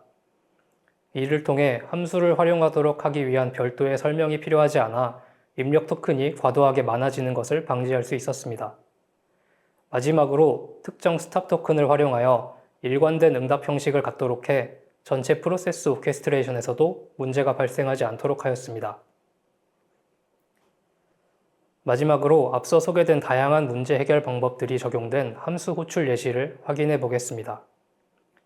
보시는 바와 같이 프롬프트 상에서 출력 형태 정의, 함수 목록, 사용자 질의 등 각 구간별 구문을 완벽하게 분리하여 환각과 프롬프트 인젝션 공격을 예방하는 구조로 구성되어 있습니다. 스탑 시퀀스 혹은 스탑 토큰을 활용하여 모델의 출력을 항상 일관되도록 통제하고 해당 출력을 파싱하여 적절한 함수를 실행, API를 호출하여 실시간 데이터를 반환받습니다. 그렇게 확인한 실시간 데이터와 사용자 질의를 다시 한번 모델에 전달하여 최종 답변을 출력하게 합니다. 최종 답변인 만큼 사용한 모델의 성능이나 설정에 따라 추가적인 응답 역시 가능합니다. 다음으로 베드락 에이전트입니다. 베드락의 에이전트에 대해 알아보기 전에 일반적으로 말하는 에이전트가 무엇인지 그 개념에 대해 생각해 보겠습니다. 일반적으로 생성형 AI 애플리케이션에서 에이전트라 함은 특정 목표를 달성하기 위해 프로세스가 자동화되어 실행된 후 결과를 내는 일련의 과정 혹은 모듈을 말합니다. 앞서 살펴본 함수 호출이 포함되어 프로세스 도중 외부 데이터로 범위를 확장하여 단순 모델의 수준을 넘어서는 능동적 작업 수행으로 보다 다양하고 확장성 있는 애플리케이션 운영을 가능하게 합니다. 그렇다면 과연 어느 정도의 수준이 되어야 에이전트라고 정의 내릴 수 있을까요? 아쉽게도 아직 어느 정도의 수준이 에이전트다에 대한 명확한 기준이 없습니다. 에이전트라는 개념을 바라보는 개인의 관점마다 그 기준에 서로 차이가 있습니다. 이러한 부분을 정리하기 위해 에이전트에 대한 정의를 다음 표와 같이 구분해 보겠습니다. 가로축은 모델 혹은 프로세스의 동작, 세로축은 모델이나 프로세스의 자율성에 대한 내용입니다. 보시는 바와 같이 누군가는 모델이 완전한 자율성을 가지고 능동적으로 여러 동작을 선택 및 수행하여 외부와 데이터를 읽고 쓰며 상호작용이 가능한 가상의 인간 수준이 되어야 진정한 에이전트라고 생각하기도 하고, 누군가는 단순히 모델이 응답을 생성하는 모든 프로세스를 에이전트라고 생각하기도 합니다. 하지만 최근 출시되는 대부분의 생성형 AI 애플리케이션은 여러 프롬프트와 툴을 사용해 정보를 찾고 동작하면 에이전트로 보는 시각에서 출시되고 있습니다. 다시 말해 에이전트는 특정 목적을 위해 여러 함수가 엮여 동작하는 프로세스라고 생각하시면 될 것 같습니다. 대부분의 생성형 AI 애플리케이션은 애플리케이션의 책임감 있고 신뢰할 수 있는 응답과 시스템 안정성을 위해 모델의 입력 혹은 출력에 대해 동작을 일부 제한하고 있습니다. 이를 통해 모델에게 사람 수준의 완벽한 자율성을 보장하지 않으면서 모델의 능력 자체는 최대한 이끌어내어 활용할 수 있도록 구성됩니다. 여기까지 자율성과 동작을 기준으로 에이전트의 개념을 살펴보고 일반적인 사례를 통해 에이전트에 대한 개념이 주로 어떻게 정의 내려지는지 알아봤습니다. 이제 베드락 에이전트의 역할에 대해 알아보겠습니다. 베드락 에이전트는 툴과 지식 기반, LLM 사이에서 오케스트레이터 역할을 수행합니다. 지식 기반에 대한 정보를 제공하면 에이전트는 지식 기반을 활용할 수 있는 툴을 구성합니다. 사전에 람다에서 정의한 함수도 제공할 수 있습니다. 이후 사용자 요청이 입력되면 에이전트는 프롬프트 엔지니어링을 진행하여 컨버스 API를 통해 모델의 해당 요청을 전송합니다. 모델은 API에 대한 응답을 반환하며 에이전트는 그에 맞는 함수를 실행하여 결과를 다시 모델에 전달합니다. 모델은 전달받은 데이터로 추론을 진행하고 에이전트를 통해 사용자에게 최종 답변을 반환합니다. 이제 조금 더 핵심적인 부분을 살펴보겠습니다. 베드락 에이전트는 기본적으로 리액트 전략을 사용합니다. 리액트는 리즈닝과 액션의 약자로 모델이 추론과 행동을 통합하여 문제를 해결하도록 설계된 기법입니다. 이 방식은 단순히 모델이 사용자 질의에 답하거나 명령을 수행하는 것을 넘어 모델이 스스로 사고하고 이를 바탕으로 다음 동작을 수행하도록 합니다. 이 그림에서 오케스트레이터는 베드락 에이전트 혹은 에이전트에서 실행되는 코드라고 생각하시면 됩니다. 먼저 사용자의 요청이 들어오면 앞서 함수 호출에서 살펴본 바와 같이 사용자 질의와 함수 목록을 모델에 전달합니다. 모델은 추론을 통해 실행해야 할 함수를 반환합니다. 오케스트레이터는 모델의 응답을 통해 올바른 함수를 실행하여 결과를 얻고 이 결과를 다시 모델에 전달합니다. 모델은 추론을 통해 다음으로 실행해야 할 함수를 반환하고 이 과정이 반복됩니다. 마지막으로 모델에 모든 정보가 전달되어 더 이상 함수 호출이 필요하지 않다고 판단되는 경우 최종 답변을 생성합니다. 리액트의 장점은 모델이 여러 번 호출됨에 따라 매번 다음 단계에 대한 계획을 세운다는 점입니다.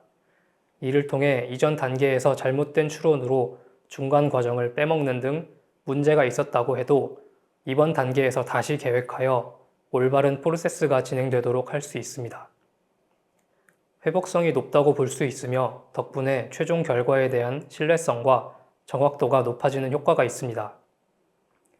반면에 모델이 여러 번 호출됨으로 인한 단점도 존재합니다. 프로세스에 필요한 함수 수에 따라 여러 번의 함수 호출 및 모델 호출이 필요합니다. 이는 최종 답변 생성까지 걸리는 지연 시간 및 비용과 직결됩니다. 리유라고 부르는 전략도 있습니다. 앞서 리액트가 한 번의 모델 호출에 하나의 함수를 반환받아 실행되었다면 리유는 한 번의 모델 호출로 필요한 모든 함수 호출 단계를 반환받고 이를 오케스트레이터 쪽에서 모두 처리한 뒤 마지막 모델 호출로 최종 답변을 받는 방법입니다. 리유는 단 두 번의 모델 호출로 최종 답변을 얻을 수 있어 리액트의 단점을 해결합니다. 또한 전체 계획을 한 번에 수립한 후 그 계획에 따라 툴이 실행되기 때문에 계획을 벗어나는 예외 상황이 생기지 않습니다. 하지만 단점 역시 존재합니다. 모델이 한 번에 반환하는 단계를 수행하기 위해 코드 작성에 더 많은 노력을 기울여야 합니다. 이전 코드 실행의 결과가 다음 코드 실행의 변수로 입력되는 경우 리액트는 오케스트레이터가 처리해줬지만 리유는 이를 직접 처리해줘야 하기 때문입니다. 더불어 코드가 많이 실행되는 만큼 취약점이 많아질 수 있습니다.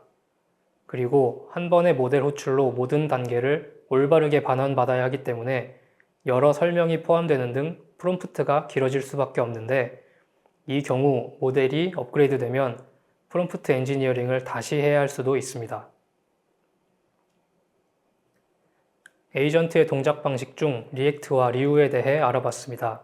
각각의 장단점이 명확하기 때문에 구축하고자 하는 애플리케이션의 성격에 따라 적절한 방법을 선택하여 활용하시면 좋을 것 같습니다. 이외에도 다른 오케스트레이션 유형도 사용하실 수 있으니 자세한 내용은 다음 AWS 블로그에서 확인 부탁드립니다. 지금까지 함수 호출과 에이전트에 대해 알아보았습니다. 함수 호출은 고성능 모델 사용 시 활용할 수 있는 매우 효과적인 방법이며 사용자 정의 함수와 도메인 지식을 활용하여 복잡한 작업을 수행할 수 있음을 확인할 수 있었습니다. 에이전트는 함수 호출을 기반으로 전체 프로세스 계획 및 오케스트레이션을 제공하고 복잡한 작업에 대한 자동화도 가능함을 알 수 있었습니다. 함수 호출과 에이전트를 통해 실시간 데이터를 활용한 고도화된 응답을 기대할 수 있는 만큼 보다 확장성 있는 생성형 AI 애플리케이션을 구축하는 데 많은 도움이 될 것으로 예상됩니다. 이번 세션에서 전달드린 정보가 도움이 되셨길 바랍니다. 지금까지 AI 데이터 애널리틱스 센터의 정지원이었습니다. 경청해 주셔서 감사합니다.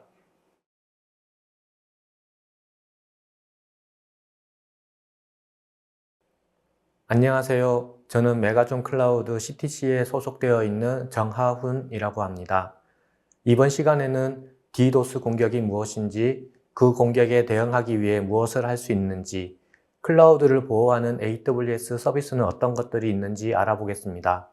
그리고 마지막으로 여러분이 사용할 수 있는 몇 가지 모범 사례를 살펴보도록 하겠습니다. 이제부터 DDoS 공격에 대해 알아보도록 하겠습니다. 먼저 DDoS 공격의 영향과 기본 개념에 대해 알아보도록 하겠습니다. 공격의 목적은 서비스를 중단시키거나 성능을 저하시켜 사용자의 경험에 영향을 미치는 것입니다. DDoS 공격은 주로 OSI 모델의 3, 4레이어의 네트워크 계층 또는 전송 계층을 목표로 하지만 최근에는 HTTP 요청 폭주와 같은 애플리케이션 계층을 겨냥한 공격이 늘고 있습니다. AWS 실드 응답팀의 데이터에 따르면 AWS와 고객을 보호하는 과정에서 매일 약 2,000건의 디도스 공격이 감지되고 있으며 이는 연간 약 70만 건에 달합니다. 공격은 단기간 짧고 날카로우며 양이 많은 공격부터 여러 공격 벡터가 있는 장기 공격까지 다양하며 공격은 많은 요청을 보내는 것뿐만 아니라 로그인이나 API에 대한 브루트포스 공격과 같은 모습으로도 나타나고 있습니다. 작년에 AWS의 사전 모니터링에서 클라우드 프론트에 대한 HTTP 트래픽이 비정상적으로 급증하여 초당 1억 5,500만 건의 요청으로 정점을 찍었던 적이 있습니다. 클라우드 프론트는 HTTP 레이피드 리셋 유형 공격 벡터로 알려진 이 요청 플로드를 자동으로 완화했습니다. 그러면 디도스는 고객에게 어떤 모습일까요? 일단 사이트에 접근할 수 없습니다. 이 경우 DNS를 확인할 수 없습니다. 요청이 너무 많아서 DNS 서비스가 과부하 상태입니다. 그리고 어떤 경우에는 고객이 DNS를 확인할 수 있지만 백엔드 서비스가 충분히 빠르게 응답하지 못하기 때문에 500번대 오류가 발생합니다. 디도스 공격으로 야기되는 일반적인 오류에는 수많은 500번대 오류, DNS 확인 오류 또는 지연 시간 증가가 포함됩니다. 지금부터는 디도스 공격에 대응하기를 살펴보도록 하겠습니다. 이것은 디도스 공격에 노출된 샘플 아키텍처입니다. API 게이트웨이와 로드 밸런서가 있는 매우 간단한 아키텍처입니다. EC2 컴퓨팅과 람다가 있습니다. 이 공격을 처리하는 동안 복원력을 구축하기 시작하는 데 중요한 부분은 경합 지점이 어디인지 확인할 수 있도록 일부 매트릭을 켜는 것입니다. 먼저 클라우드 트레일과 같은 것으로 시작하는 것이 중요합니다. 환경에 어떤 변경 사항이 적용되었는지 추적하는 것은 중요한 작업입니다. 따라서 클라우드 트레일 로깅을 켜는 것이 중요합니다. 다음으로 ALB와 API 게이트웨이에 대한 클라우드 와치 매트릭을 켭니다. API 게이트웨이와 일라스틱 로드 밸런서에서 로깅을 활성화합니다. 이렇게 하면 공격받고 있는 상태에서 즉각적인 검토를 할 수 있도록 가시성을 제공하는 데 도움이 됩니다. 라우트 53 상태 검사를 구성하세요. 이는 애플리케이션이 작동 중인지 확인하기 위한 간단한 상태 검사이며 해당 공개 엔드포인트만 있으면 됩니다. API용 하나와 웹사이트용 하나, 두 가지를 사용할 수도 있습니다. 그런 다음 모니터링만으로 가용성 향상을 추적할 수 있습니다. 여러분은 이러한 유형의 데이터에 액세스할 수 있어야 합니다.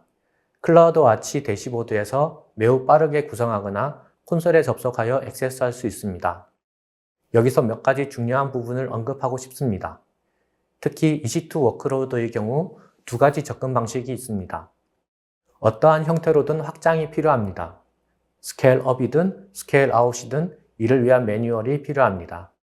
아직 없다면 스케일아웃이 더 빠른 접근 방식일 수 있습니다.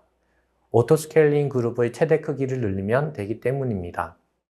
하지만 스케일업은 새 인스턴스 유형으로 테스트해야 하기 때문에 약간의 작업이 필요할 수 있습니다. 인시던트에서 가장 먼저 해야 할 일은 아니지만 선택적으로 판단하여 진행할 수 있습니다. 장애를 겪을 때는 모든 옵션을 사용할 수 있습니다. EC2 인스턴스에서 네트워크 및 CPU 사용률을 모니터링하면 해당 인스턴스의 부하 정도를 알 수 있습니다. 특히 API 게이트웨이의 경우 오류 수를 모니터링해야 합니다. API 게이트웨이가 작동 중인지 요청 속도를 초과하고 있는지 알아야 합니다. 이러한 오류를 모니터링하고 있는지 확인해야 합니다.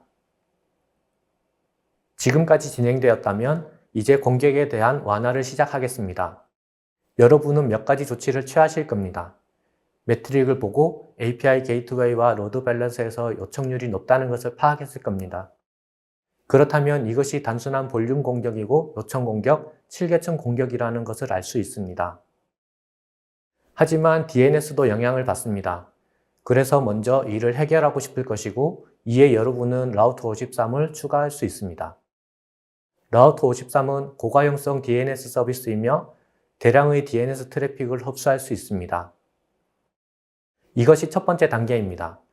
여러분은 DNS에 연결할 IP 주소를 확인 후 연결해야 합니다. 다음은 클라우드 프론트에서 계층화하고 항상 캐싱하는 것입니다. 가능한 한 오리진에서 오프로드 해야 합니다. 짧은 시간이라고 하더라도 캐시 TTL이 짧은 것이 없는 것보다 좋습니다. 오류도 일정 시간 동안 캐시하고 싶을 것입니다. 백엔드가 복구할 수 있는 최대의 가능성을 제공하기 위해 공격을 받는 동안 이 설정을 조정할 수도 있습니다. 이 접근 방식을 사용하면 API도 보호할 수 있습니다. API에 캐시 가능한 응답이 있고 본질적으로 동적인 경우 응답을 캐시할 수도 있습니다. 따라서 클라우드 프론트는 처음부터 몇 가지 주요 이점을 제공합니다. 클라우드 프론트를 구축하여 보안을 강화하는 첫 번째 작업은 로드 밸런서의 패킷이 도달하기 전에 프로토콜 및 패킷 검사를 수행하는 것입니다. 80 포트 및 443 포트에서만 연결을 허용할 수 있고 클라우드 프론트 대시보드에서 바로 와플을 매우 빠르게 통합할 수 있습니다. 이제 요청 경로에서 프론트를 보호했다면 백엔드에 접근하는 데 중점을 두고 백엔드 서비스도 보호해야 합니다. 이제 여러분이 해야 하는 것은 애플리케이션 로드 밸런스를 클라우드 프론트 IP 주소로 제한하는 것입니다. 두 가지 옵션이 있습니다. VPC에서 사용할 수 있는 VPC 프리픽스 목록입니다. 또는 최근에 출시된 VPC 오리진이라는 기능을 사용하면 프라이빗 VPC에서 프라이빗인 새 로드 밸런스를 만들고 클라우드 프론트가 로드 밸런스와 통신할 수가 있으므로 로드 밸런스에 추가적인 제어 기능을 더할 필요가 없습니다. 이제 클라우드 프론트 구성을 조금 살펴보겠습니다. 먼저 클라우드 프론트를 켜고 가능한 한 많이 캐싱해 보세요. 사용할 수 있는 기본 제공 정책이 몇 가지 있고 더 짧은 TTL에 맞게 해당 정책을 조정할 수 있습니다. 그러면 콘텐츠 캐싱을 시작합니다. 구체적인 오류에 대해 많이 정의할 수 있습니다. 400번 및 500번대 오류에 대해 정의할 수 있습니다. 해당 오류를 캐시할 기간을 정의할 수 있습니다. 해당 오류 응답을 사용자 정의하기로 설정할 수 있습니다. 다음 단계는 직면한 디도스 공격의 유형에 따라 클라우드 프론트 내의 기본 기능을 켜서 지리적 차단을 시작하는 것입니다. 반드시 비즈니스가 없는 국가를 차단해야 합니다. 이는 빠른 해결 중 하나입니다. 요청 볼륨을 차단하고 줄이는 것이 좋습니다. 나중에 와프에서 세부적으로 조정할 수 있으므로 이것은 일시적인 조치입니다. 다음 단계는 로깅을 켜는 것입니다. 클라우드 프론트에서 제공하는 요청에 대한 로깅을 시작하고 이를 통해 클라우드 프론트 대시보드에서 성능에 대한 가시성을 확보할 수 있습니다. 클라우드 프론트에서 지연 시간 지표와 같은 추가 매트릭을 켜는 것을 추천하고 싶습니다. 이렇게 하면 백엔드가 어떤 상태인지 파악하는 데 도움이 됩니다. 클라우드 프론트에 적시에 응답하고 있는지 확인하기 위해 요청의 총 비율, 오류율, 클라우드 프론트 배포에 대한 요청을 하는 국가 또는 전 세계의 일부 등과 같이 현재 클라우드 프론트 상태를 확인할 수 있는 추가 매트릭이 있습니다. 이제 와플을 활성화할 수 있습니다. 바로 클라우드 프론트 대시보드 콘솔에서 와프 웹 ACL을 켜기만 하면 와플을 활성화할 수 있습니다. 몇 번 클릭하면 됩니다. 적용하는 데 많은 시간이 걸리지 않습니다. 시작할 수 있는 4가지 규칙 범주가 바로 추가됩니다. 모니터 모드에서 이 기능을 켤 수 있으므로 요청을 카운트 모드로 전환하여 바로 차단할 필요가 없습니다.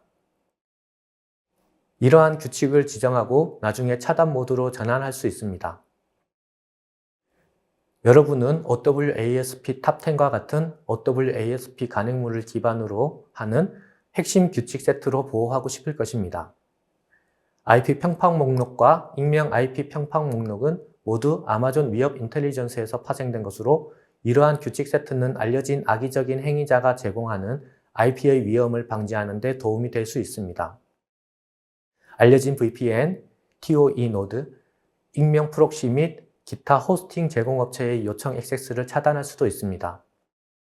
이는 기본 수준 보호 기능을 바로 적용하는 데 매우 유용한 방법입니다. 마지막으로 기본 IP 속도 기반 제어를 추가하는 것입니다. 이를 통해 합법적인 고객에게 웹 서비스가 기대하는 요청 속도를 300으로 설정할 수 있고 차단 모드로 전환할 수 있습니다. 그런 다음 로깅을 활성화합니다. 앞으로 무슨 일이 일어나는지 확인하기 시작해야 합니다. 속도 기반 제어로 할 수 있는 작업이 몇 가지 있지만 이번에는 두 가지 사용 사례를 강조하고 싶습니다. 여러분의 아키텍처에는 API 게이트웨이가 있으므로 해당 엔드포인트를 보호하고 싶을 것입니다. 이 경우 /API 경로에 대한 속도 기반 제어 범위를 지정하고 싶을 것입니다. IP 주소에 대한 API 집계키만 사용할 수 있지만 인증 헤더도 추가할 수 있으므로 매우 세분화된 속도 기반 제어를 만들 수 있습니다. 이 경우 300초당 50개의 요청을 평가합니다. 일반적으로 다음 사용 사례에서 설명할 다른 작업보다는 블록 모드를 사용하는 것이 좋습니다. 방금 설정한 디도스 방지 규칙에 대한 추가 수정인데 원래는 단순한 IP 속도 제한이었습니다. 여기서는 호스트 헤더, URI 경로 및 IP를 이 속도 제한의 평가 기준으로 결합합니다. 여기에서 디도스 보호에 대한 매우 낮은 리밋을 설정할 수 있는 것이 중요한 방법입니다. 따라서 호스트 헤더 부분, URI, IP 등을 결합할 수 있습니다. 이 값을 10개의 요청과 60초로 설정할 수 있습니다. API 엔드포인트가 아닌 웹사이트의 경우 단순한 웹 콘텐츠 뿐이라면 챌린지라는 것을 고려해 볼 수 있습니다. 그리고 이것은 브라우저가 브라우저라는 것을 증명하기 위해 브라우저에 작업을 시키는 자바스크립트입니다. 따라서 디도스 공격을 처리할 때 매우 효과적인 제어입니다. 하나의 호스트 이름에 혼합 환경이 있는 경우 블록 방식이 적합할 수 있습니다. 상상할 수 있듯이 이러한 규칙들이 정교해지는 데는 약간의 시간이 걸리고 진행하면서 규칙도 계속 바뀔 것입니다. 차단하려는 것에 대한 확고한 생각이 있다면 이런 방법으로 제어할 수 있습니다. 대시보드에서 제공하는 로그를 관찰하고 해당 규칙을 정교하게 수정한 다음 차단 또는 챌린지로 바꾸는 것입니다. 따라서 규칙을 관찰하고 조정한 다음 검증한 후 차단하도록 하는 것이 중요합니다. 이는 심층적인 방어를 구축하는 일의 일부입니다. 다음 단계에서는 운영 대시보드에 추가할 매트릭을 살펴보는 것입니다.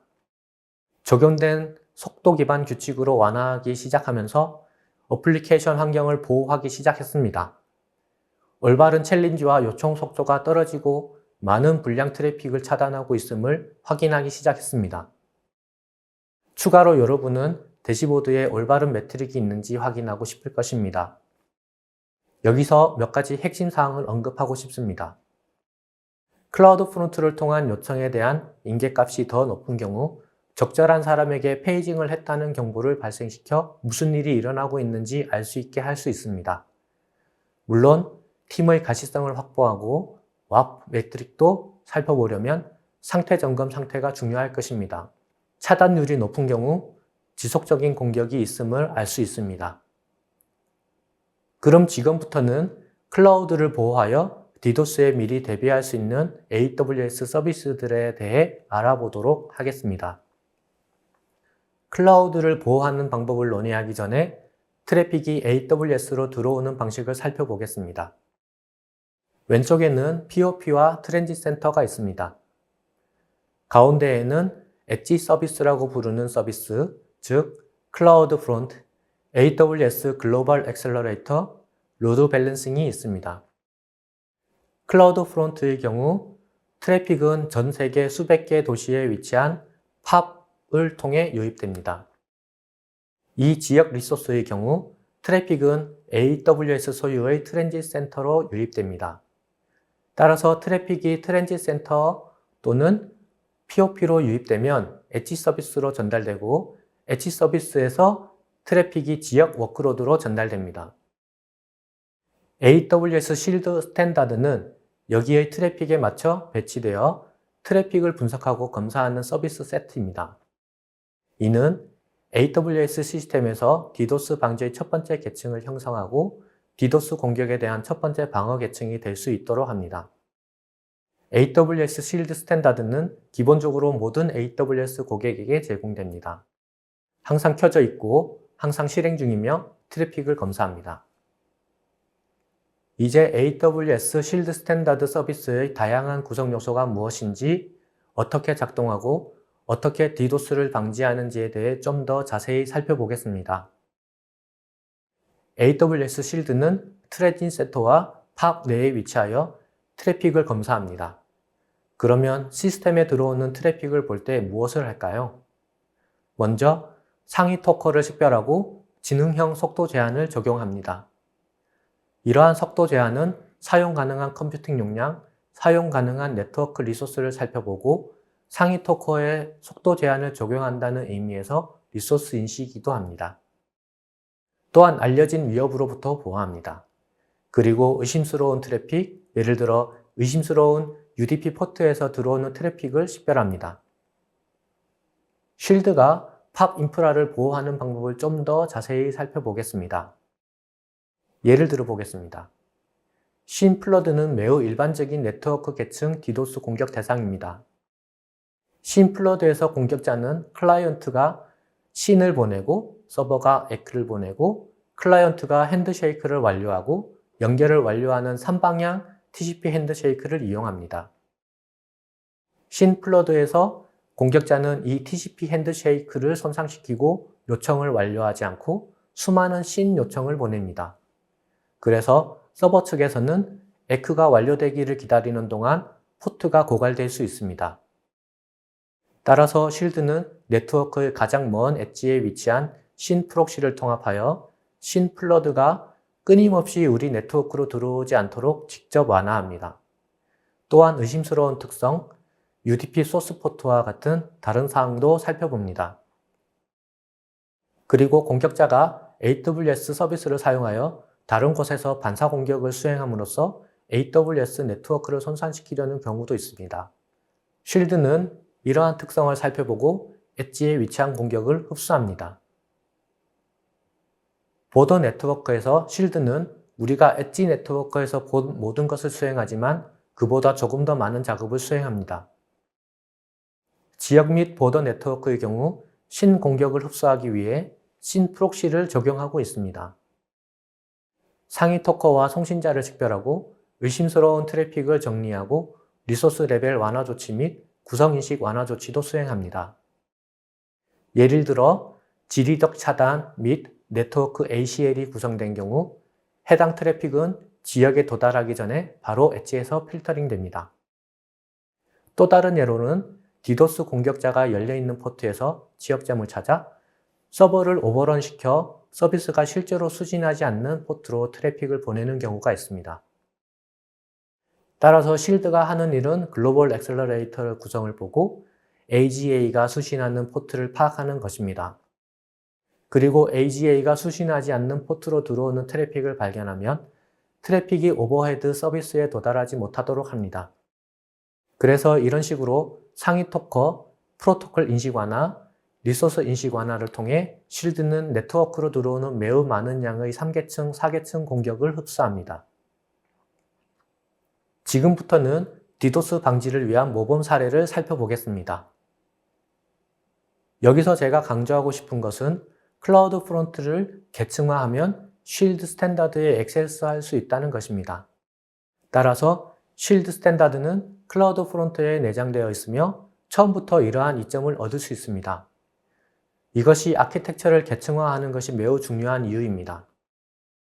API 게이트웨이 앞에 배치하여 API 게이트웨이를 보호할 수 있습니다. 클라우드 프론트를 사용하는 것의 또 다른 이점은 기본적으로 비용 측면에서도 이점이 있다는 것입니다.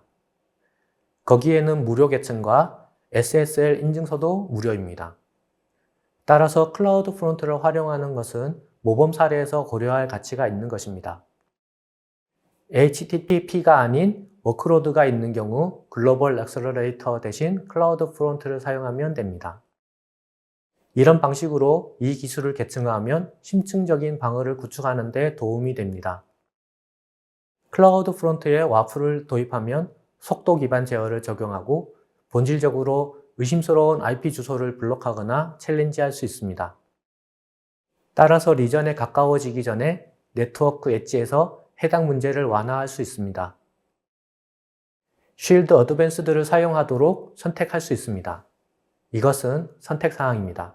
그리고 이것은 24시간 연중무휴 대응팀이 있는 관리형 디도스 서비스로 사고 발생 시 연락할 수도 있습니다. 그리고 그들은 완화책을 구축하고 필요한 경우 와프 규칙을 설정하는 데 도움을 줄 수 있습니다. 또한 그들이 보고 있는 공격 벡터 유형에 대한 가시성을 제공하므로 디도스 방지를 해결하려는 경우 확실히 고려할 가치가 있습니다. 실드 어드밴스드를 시작할 때 와프와 클라우드 프론트가 있는지 확인한 다음 실드 어드밴스드를 계층화하세요.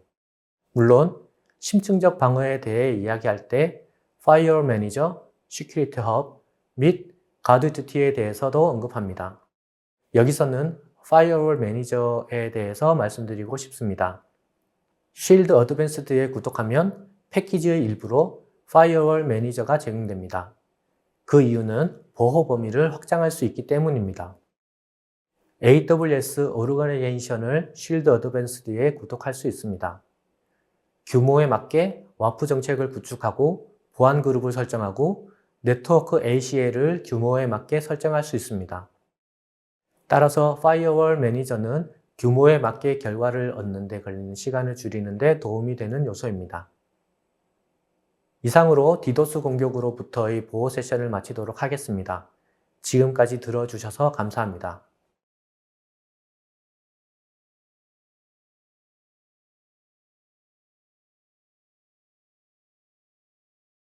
안녕하세요. 메가존 클라우드 AI 앤 데이터 애널리틱스 센터의 조민경 매니저입니다. 오늘 저는 아마존 세이지메이커의 변화와 혁신에 대해서 소개해 드리려고 합니다. 발표는 다음과 같은 주제로 진행됩니다. 첫 번째, 아마존 세이지메이커의 혁신적 변화입니다. 파트너 AI 어플리케이션부터 하이퍼포드 태스크 거버넌스와 같은 새로운 기능까지 세이지메이커가 어떻게 진화했는지 소개해 드리겠습니다. 두 번째, 통합 플랫폼으로서의 세이지메이커입니다. 데이터, 분석, AI를 하나로 연결하는 세이지메이커의 새로운 전략에 대해서 설명드리겠습니다. 세 번째, 데이터와 AI 거버넌스 관리입니다. 세이지메이커 카탈로그를 중심으로 어떻게 데이터와 AI 모델을 안전하고 효율적으로 관리할 수 있는지 다루겠습니다. 네 번째, 세이지메이커 레이크하우스에 대해 설명드리겠습니다. 데이터 레이크와 데이터 웨어하우스를 통합하는 혁신적인 접근 방식을 소개하겠습니다. 마지막으로 세이지메이커 유니파이드 스튜디오를 상세히 살펴보겠습니다. 데이터 처리부터 AI 어플리케이션 개발까지 이 통합 개발 환경이 어떻게 개발자들의 작업 효율성을 높여주는지 확인해 보겠습니다. 그럼 첫 번째 주제로 바로 넘어가겠습니다. 세이지메이커의 혁신적 변화입니다. 2024년은 AI 기술이 더욱 주목을 받으면서 AI 도입의 해로 불릴 만큼 많은 발전이 이루어졌습니다. 리서치 전문 마켓에서 발표한 보고서에 따르면 2030년까지의 글로벌 AI 시장이 연평균 성장률 36.8%로 성장을 할 것이라고 전망했는데요. 이러한 트렌드의 변화와 기대에 부응하듯 2024년 리인벤트에서는 AI와 관련된 새로운 기능들이 대거 공개되었습니다. 그동안 아마존 세이지메이커는 머신러닝 모델 개발 및 배포를 지원하며 개발자들에게 중요한 도구로 자리 잡아왔는데요. 2024년에는 세이지메이커가 혁신적으로 변화하며 이제는 데이터 준비부터 모델 개발, 배포에 이르기까지 하나의 통합된 플랫폼에서 모든 과정을 지원하게 되었습니다. 세이지메이커의 7년간 여정을 보시면 아시겠지만 굉장히 빠르게 발전해 왔습니다. 2024년 AI 도입의 해를 지나서 2025년에는 더욱 진화된 기술들이 등장할 것이며 세이지메이커는 이 변화의 중심에서 더욱 강력한 기능을 제공할 것입니다. 이제 세이지메이커가 어떻게 AI 혁신을 이끌어가고 있는지 그리고 그 주요 기능들이 어떻게 발전했는지 소개해드리겠습니다. 세이지메이커는 세이지메이커 AI라는 새로운 이름으로 다시 태어났습니다. 단순히 이름만 바뀐 것이 아니라 다양한 기능이 새롭게 추가되었는데요. 이 중에서 첫 번째로 주목할 만한 변화는 수아미 박사의 키노트에서 발표된 파트너 AI 앱의 등장입니다. 기존 세이지메이커 내에서 사용할 수 있는 어플리케이션들은 AWS가 제공하는 주피터 랩, 코드 에디터, 그리고 MLflow와 같은 도구들이 대부분이었습니다. 하지만 이번에 세이지메이커 AI는 타사의 다양한 AI 도구까지 통합 지원하게 되었습니다. 이 네 가지의 AI 어플리케이션을 간단하게 소개해 드리도록 하겠습니다. 먼저 코멧은 AI 개발자를 위한 종단간 모델 평가 플랫폼을 제공하며 실험 추적 및 모니터링을 제공하는 AI 플랫폼입니다. AI 모델을 개발할 때 실험 과정을 추적하고 시각화하며 체계적으로 관리할 수 있습니다. 딥체크는 LLM 기반 어플리케이션의 연구, CI/CD, 프로덕션 단계에서 성능을 평가하기 위한 AI 평가 플랫폼입니다. AI 모델의 품질과 규정 준수를 평가하는 데 특화되었으며 모델이 잘 작동하는지 혹은 편향이 발생하지는 않았는지를 체크할 수 있습니다. 피들러는 신뢰할 수 있는 AI 운영을 위해 모니터링, 분석, 보안 기능을 통합 제공하는 AI 플랫폼입니다. 모델의 예측 결과가 시간이 지남에 따라 변하거나 성능이 저하될 수 있는데요. 피들러는 이를 실시간으로 검증하고 개선 방향을 제시합니다. 라케라는 AI 어플리케이션의 보안을 강화하는 도구입니다. 최근 AI 시스템에 대한 프롬프트 공격이나 데이터 유출과 같은 보안 위협이 커지고 있는데요. 라케라는 이런 위협을 탐지하고 차단해 줍니다. 이처럼 다양한 파트너 AI 어플리케이션은 세이지메이커 환경에서 완벽하게 관리되고 비공개로 안전하게 실행되어서 데이터 및 모델 유출 위험을 줄이고 동시에 개발자들은 자신이 필요로 하는 도구를 빠르게 선택하여 사용할 수 있게 되었습니다. 세이지메이커 AI에서 두 번째로 주목할 만한 변화는 아마존 세이지메이커 하이퍼포드 태스크 거버넌스의 등장입니다. 세이지메이커 하이퍼포드는 대규모 분산 훈련을 위해 특별히 구축된 인프라로 파운데이션 모델 훈련 시간을 최대 40%까지 단축할 수 있는 뛰어난 성능을 제공합니다. 그런데 올해 키노트에서 발표된 태스크 거버넌스는 이 기능을 한층 더 강화하며 모델 훈련과 추론 작업을 중앙에서 관리하고 최적화할 수 있도록 지원합니다. 주요 기능을 조금 말씀드리자면 콘솔에서 시작 중인 인스턴스 및 태스크를 시각적으로 확인할 수 있습니다. 이전에는 그라파나와 같은 별도의 툴이 필요했던 작업을 콘솔 내에서 볼 수 있으며 모니터링 가능한 주요 매트릭으로는 CPU, GPU 사용률, 작업 할당 상태, 작업 실행 및 대기 시간 등이 있습니다. 추가적인 기능으로는 작업의 우선순위를 기반으로 리소스를 최적화할 수 있습니다. 예를 들어 중요한 모델 훈련 작업이 필요할 경우 우선순위가 낮은 작업의 리소스를 해제하여 우선순위가 높은 작업에 재할당할 수 있습니다. 클러스터 정책을 활용하여 유휴 컴퓨팅 리소스를 재분배해서 다른 팀의 작업 속도를 가속화하거나 비용 효율성을 높일 수도 있습니다. 이처럼 아마존 세이지메이커 하이퍼포드 태스크 거버넌스의 등장으로 공정하고 효율적인 리소스 분배와 그로 인한 비용 절감, 생성형 AI 개발 작업의 중앙 관리 및 효율성의 증대라는 효과를 기대할 수 있게 되었습니다.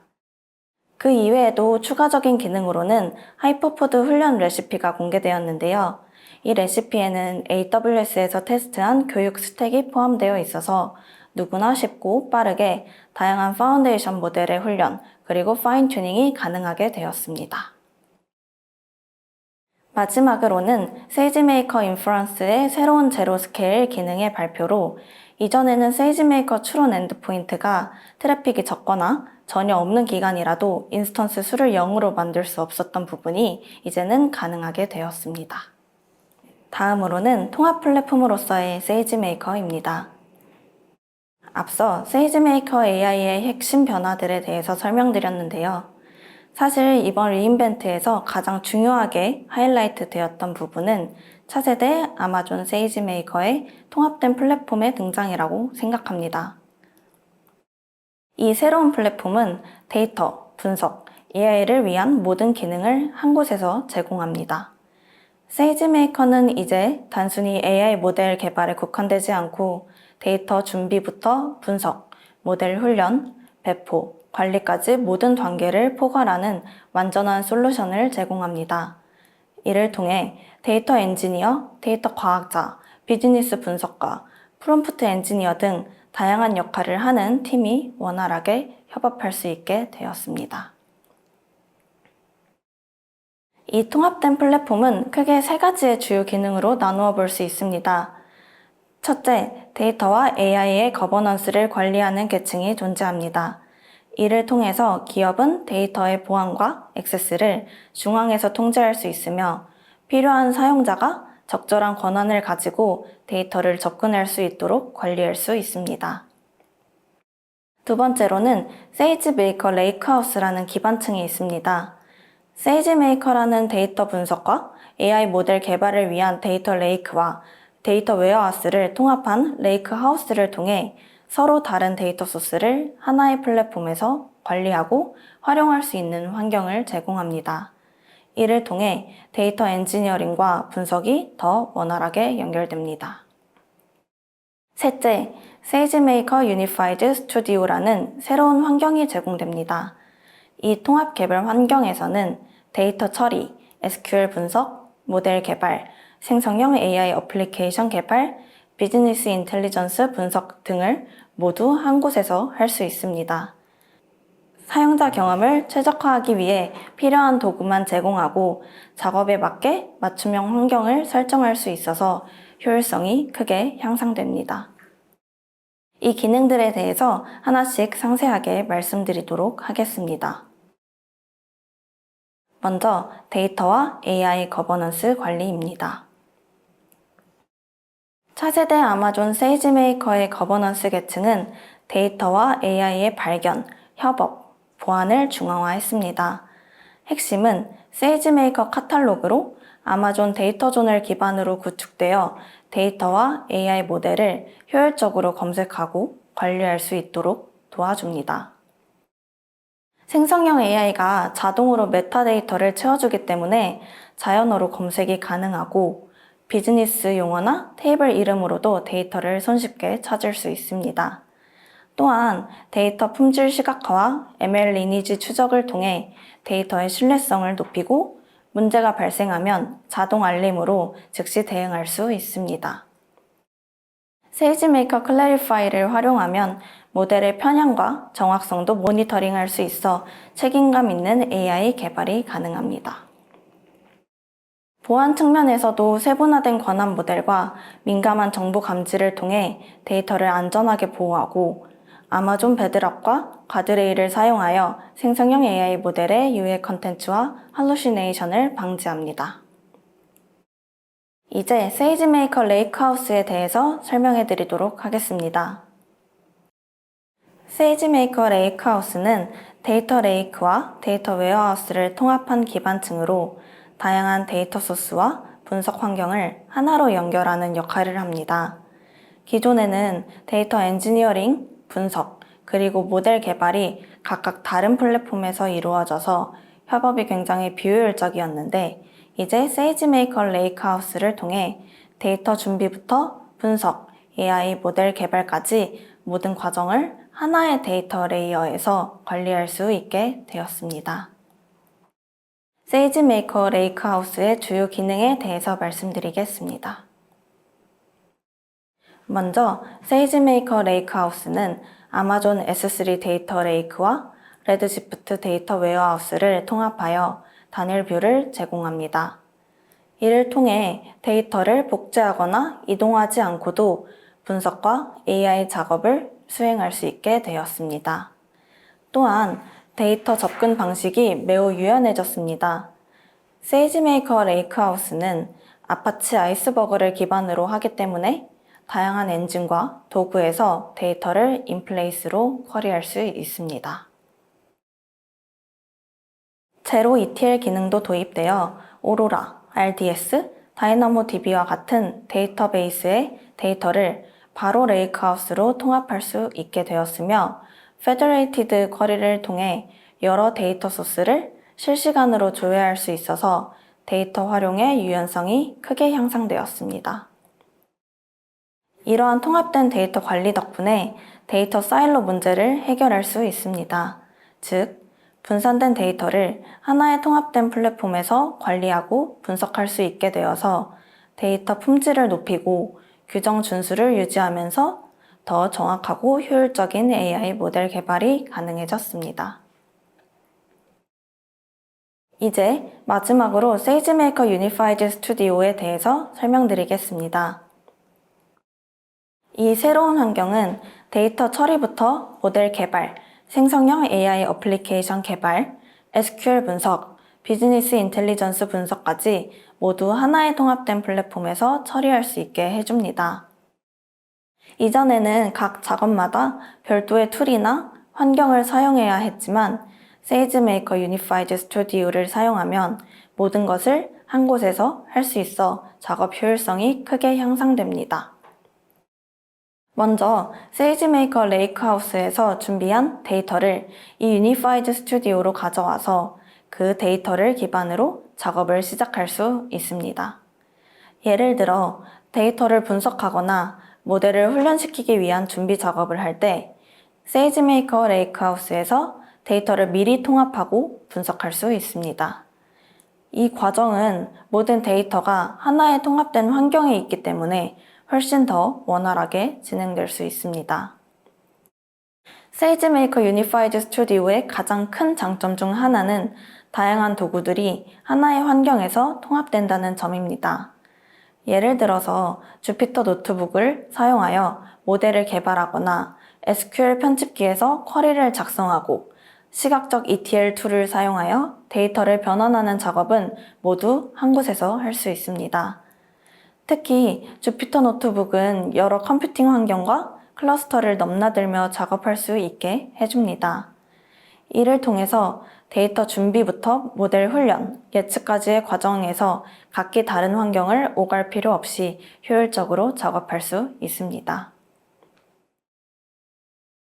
또한 아마존 Q 디벨로퍼라는 AI 지원 도구가 통합되어 있어서 사용자가 SQL 쿼리나 ETL 흐름을 작성하는 데 도움을 받을 수 있습니다.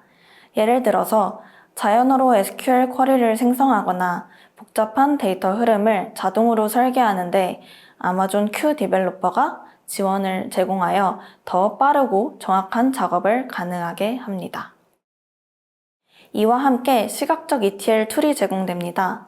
이 툴을 사용하면 데이터를 변환하고 통합하는 과정을 드래그 앤 드롭 방식으로 쉽게 설정할 수 있습니다.